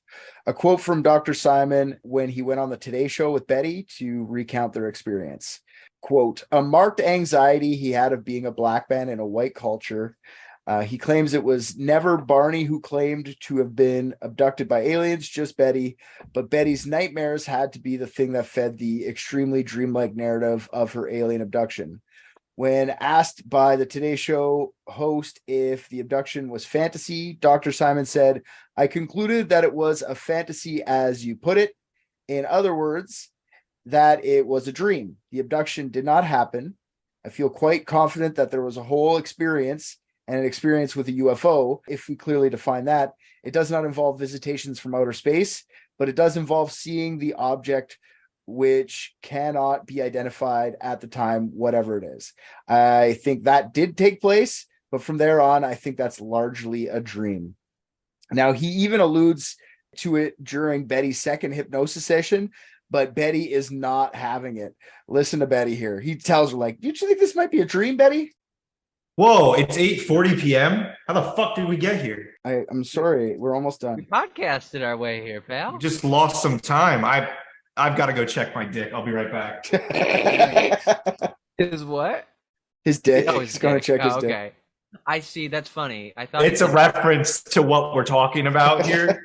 Yeah. I thought like maybe you had like a dip in the oven or something, and it sounded like that. I've had my dip in the oven for 2.5 hours. Yeah, dude. Everybody knows. The recording stopped, and I put it on 500 for 3 hours. The homemade dip. That's what happens. Now, do all these things that you feel happen, do not happen in your dreams? Doesn't this all have been your dreams? No. She's kind of like hinting towards like, you said your dream to Barney, and Barney's just like kind of relaying the dream. She's like, no, it's not. So memories are very dependent on how much you're paying attention when you need to remember something. They're easily distorted by stress as well. Sometimes your memory can just make shit up to fill gaps, patternacy, like I talked earlier. Then there's Barney's account. A few things that stick out that I want to talk about. All Barney's hypnosis sessions are pretty much the same as their memories of the events and Betty's dreams. So Betty's dreams are pretty much the same, except for Benny has way more detail until they get into the exam rooms. Then they change a little bit. The descriptions of the beings were similar to the descriptions of the aliens on a recent episode of The Outer Limits. Do not attempt to adjust the picture. The episode was entitled The Bolero Shield, and here are some photos what the aliens look like in that, if you guys want to see some. So, yeah, this is what the aliens look like. Oh, for fuck's sakes. In the Bolero Shield. It's the exact same thing. Basically, right? Gray skin, slanted eyes. This is the first time the aliens wrapped around with an almond shape that I could find. I was looking for that. I think it's the first time like that shape of eye that wraps around the side of a head was ever had. Before that, it was always like different kind of aliens. I've never seen one like that before. I went looking too. Now, the second thing that sticks out, like I was saying earlier, is the eyes that Barney kept being obsessed with. Well, I watched the Bolero Shield, and in the episode, they definitely talk about something that is going to blow your fucking minds. I'm pretty sure the eye detail might be from that episode as well. Why do you want me to remain here? Can you read my mind? Even through your shield? No, I cannot read your mind. I cannot even understand your language. I analyze your eyes. In all the universes, in all the unities beyond the universes, all who have eyes that speak, and all speak the same language. How can you speak my language? I learn each word just before I speak it. Your eyes teach me.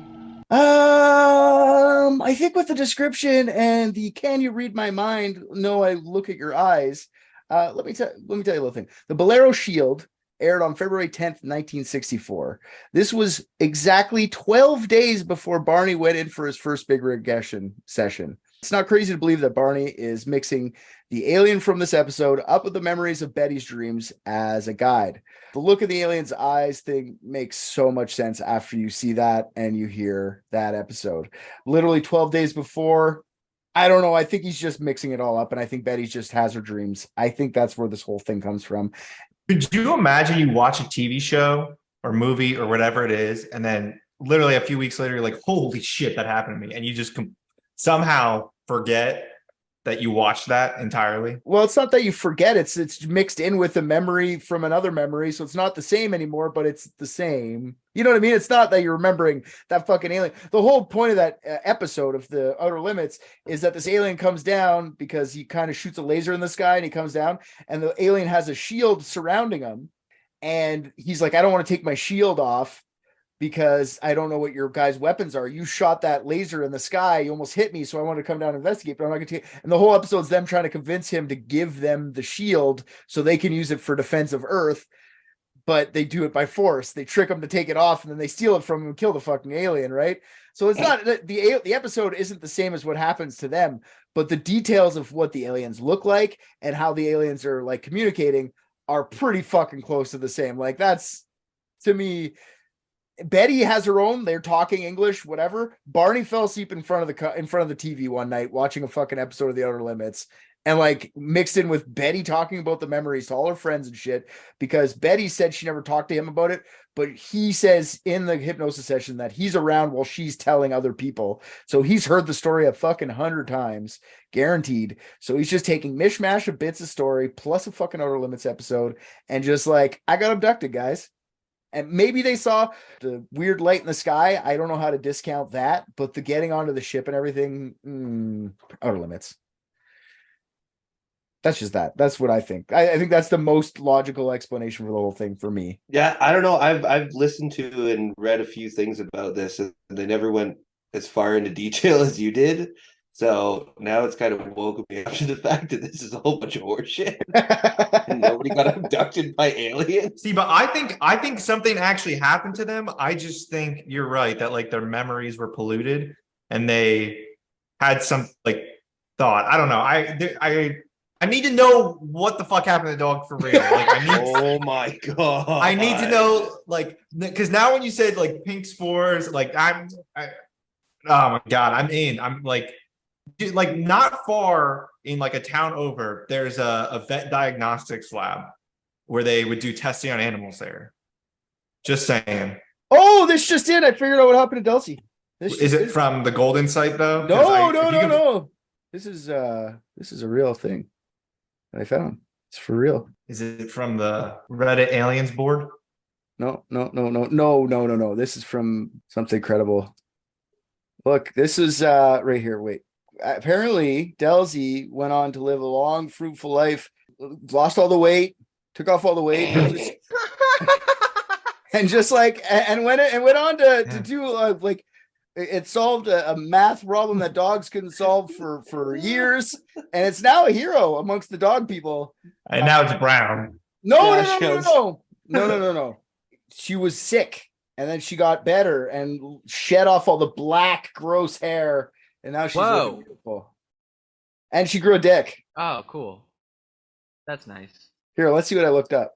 It's not letting me. How the fuck is no one asking about the dog? Because yeah, but the main picture, they're taking a picture with the dog, and not once is someone like, okay, the dog was there. How, like, the dog's just, you got it 6 weeks before and now it's dead? Oh, I actually found what happened to the dog. Actually, this time. One second. Pull up a fucking photo of biting or something. No, this is real. This is real, I promise. I'm no, sick and tired of nobody taking the fucking dog seriously. I'm taking the dog seriously. Look, like, watch. This is I'm taking it so seriously. Became an Olympian. The Wiener Olympic events, where wiener dogs from around the world compete for the title of best of the best, where they may not all be winners, but all are wieners. Okay, I'll save it for you for later. So you know what's crazy though is I'm taking this clip and I'm taking this fucking URL for everyone. I'm about to talk about wieners. Hold on. Okay. Thank God. Let's say that, you know, Barney had this strange idea where he needed to go look at his dick the second he got home, right? He had something he thought about. What if there was testing done on this dog and they came to like collect the dog because whatever they were testing on it, they didn't want found out. It wasn't supposed to get out. It wasn't supposed to be adopted. It wasn't whatever, right? Stray dog ended up somewhere it shouldn't have. And they said, "Where is your wiener? We need your wiener." The entire time it was in the fucking car. But they're just saying, "Give me your wiener." And Barney is like, "Sure, here's the wiener. It's better than fucking listening to Betty talk." And then, you know, the rest. Okay, fair enough. Maybe the dog was just fat and diabetic. That's why it didn't die. It didn't die of. It died of respiratory issues because of the fungus infection. All right, RJ, we're peeling around 2.5 hours here. Let's see what you got here. All right. Okay, so Dr. Simon, right? Yeah. Seemingly not so great guy. The most obvious part and most obvious evidence of that is that he's a hypnotist. Okay? That's true. And hypnotist, factually fake. Hypnotism Scum of the earth. Yeah, absolutely. Again, like I said before, if you're fucking performing it at a comedy club, you cannot pass it off as a treatment for a mental illness. Okay? Okay. Yeah, just because they say laughter is the best medicine doesn't mean everything you practice in there is worthwhile. Like, they don't have fucking like have you ever heard anybody being like, "Oh, come catch me at Magoobies next weekend. I'm opening for Carl, the crazy chiropractor." Fucking cracks backs for 50 minutes. What's your name, sir? Get up here. Yeah. You need an adjustment. Like, oh! It's obvious what he did. He did an inception. He did an inception. Okay, so yeah. what is that? Put it in their head to get himself some street cred, some credits, because he was sick and tired of featuring, and he wanted a headline. So he made up the whole story for them and then let them go tell everyone and then denied it after so he could be like, "Nah, they're just crazy," so he could get some cred. Okay. That's as possible as anything in this, honestly.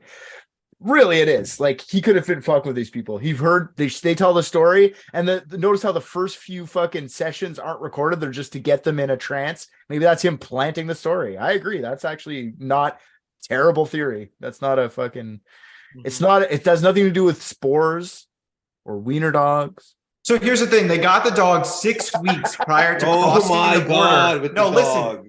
Prior to crossing the border, now I haven't paid for this book, so I can't see the whole thing yet. But prior to crossing the border from New Hampshire, well, I mean, they drove through New Hampshire, whatever. They went up to Canada. So I'm reading a very small tidbit from page 96 of the book, "Captured: The Betty and Barney Hill UFO Experience, 60th Anniversary Edition," and it said, "The Canadian official of the customs building did not look at my car, just the dog. And if we had papers proving that we had brought the dog into Canada." What if the reason the dog looks so crazy fucking inflated, like they took this picture to prove that they had this dog and they brought it across the border? What if they're just like smuggling drugs or some shit sewn up inside the fucking dog? Maybe Delsey was actually just an alien in a dog suit. And that's why he was all chubby. He couldn't fit in there properly. Like, 5'4" and that little fucking. And he was like, the dog suit was his little shield thing. Yeah, could be that too. That sounds just as plausible as every other thing you've said.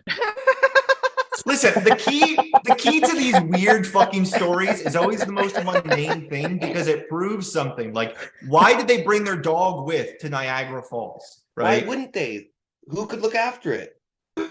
Her sister. Rick's like, who could ever care about a dog? No, it just doesn't make sense to travel. You got a dog 6 weeks ago. You're going to travel cross country with it. It's then some crazy event's going to happen. The dog's going to be in the car. You're not going to think anything of it. Okay, let's relax. It's through 3 states. Chill. You cared about the dog enough that you had to bring it with you on your honeymoon to travel that far, right? Okay. Then this UFO abduction thing happens, and you're just like, oh yeah, the dog just was in the car. Yeah, it was just in the car. Oh, really? Because you gave a shit about it when you decided to take it with you a couple states over. But the aliens come knocking, and you're just like, we just forgot about the dog. I don't know. Like, I got a legit question for you. Who's watching your dog right now? My girlfriend.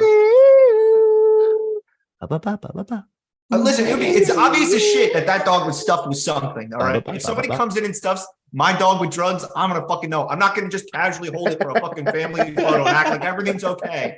All right. Really, this boils down to, like, did I get abducted or not? I was wet.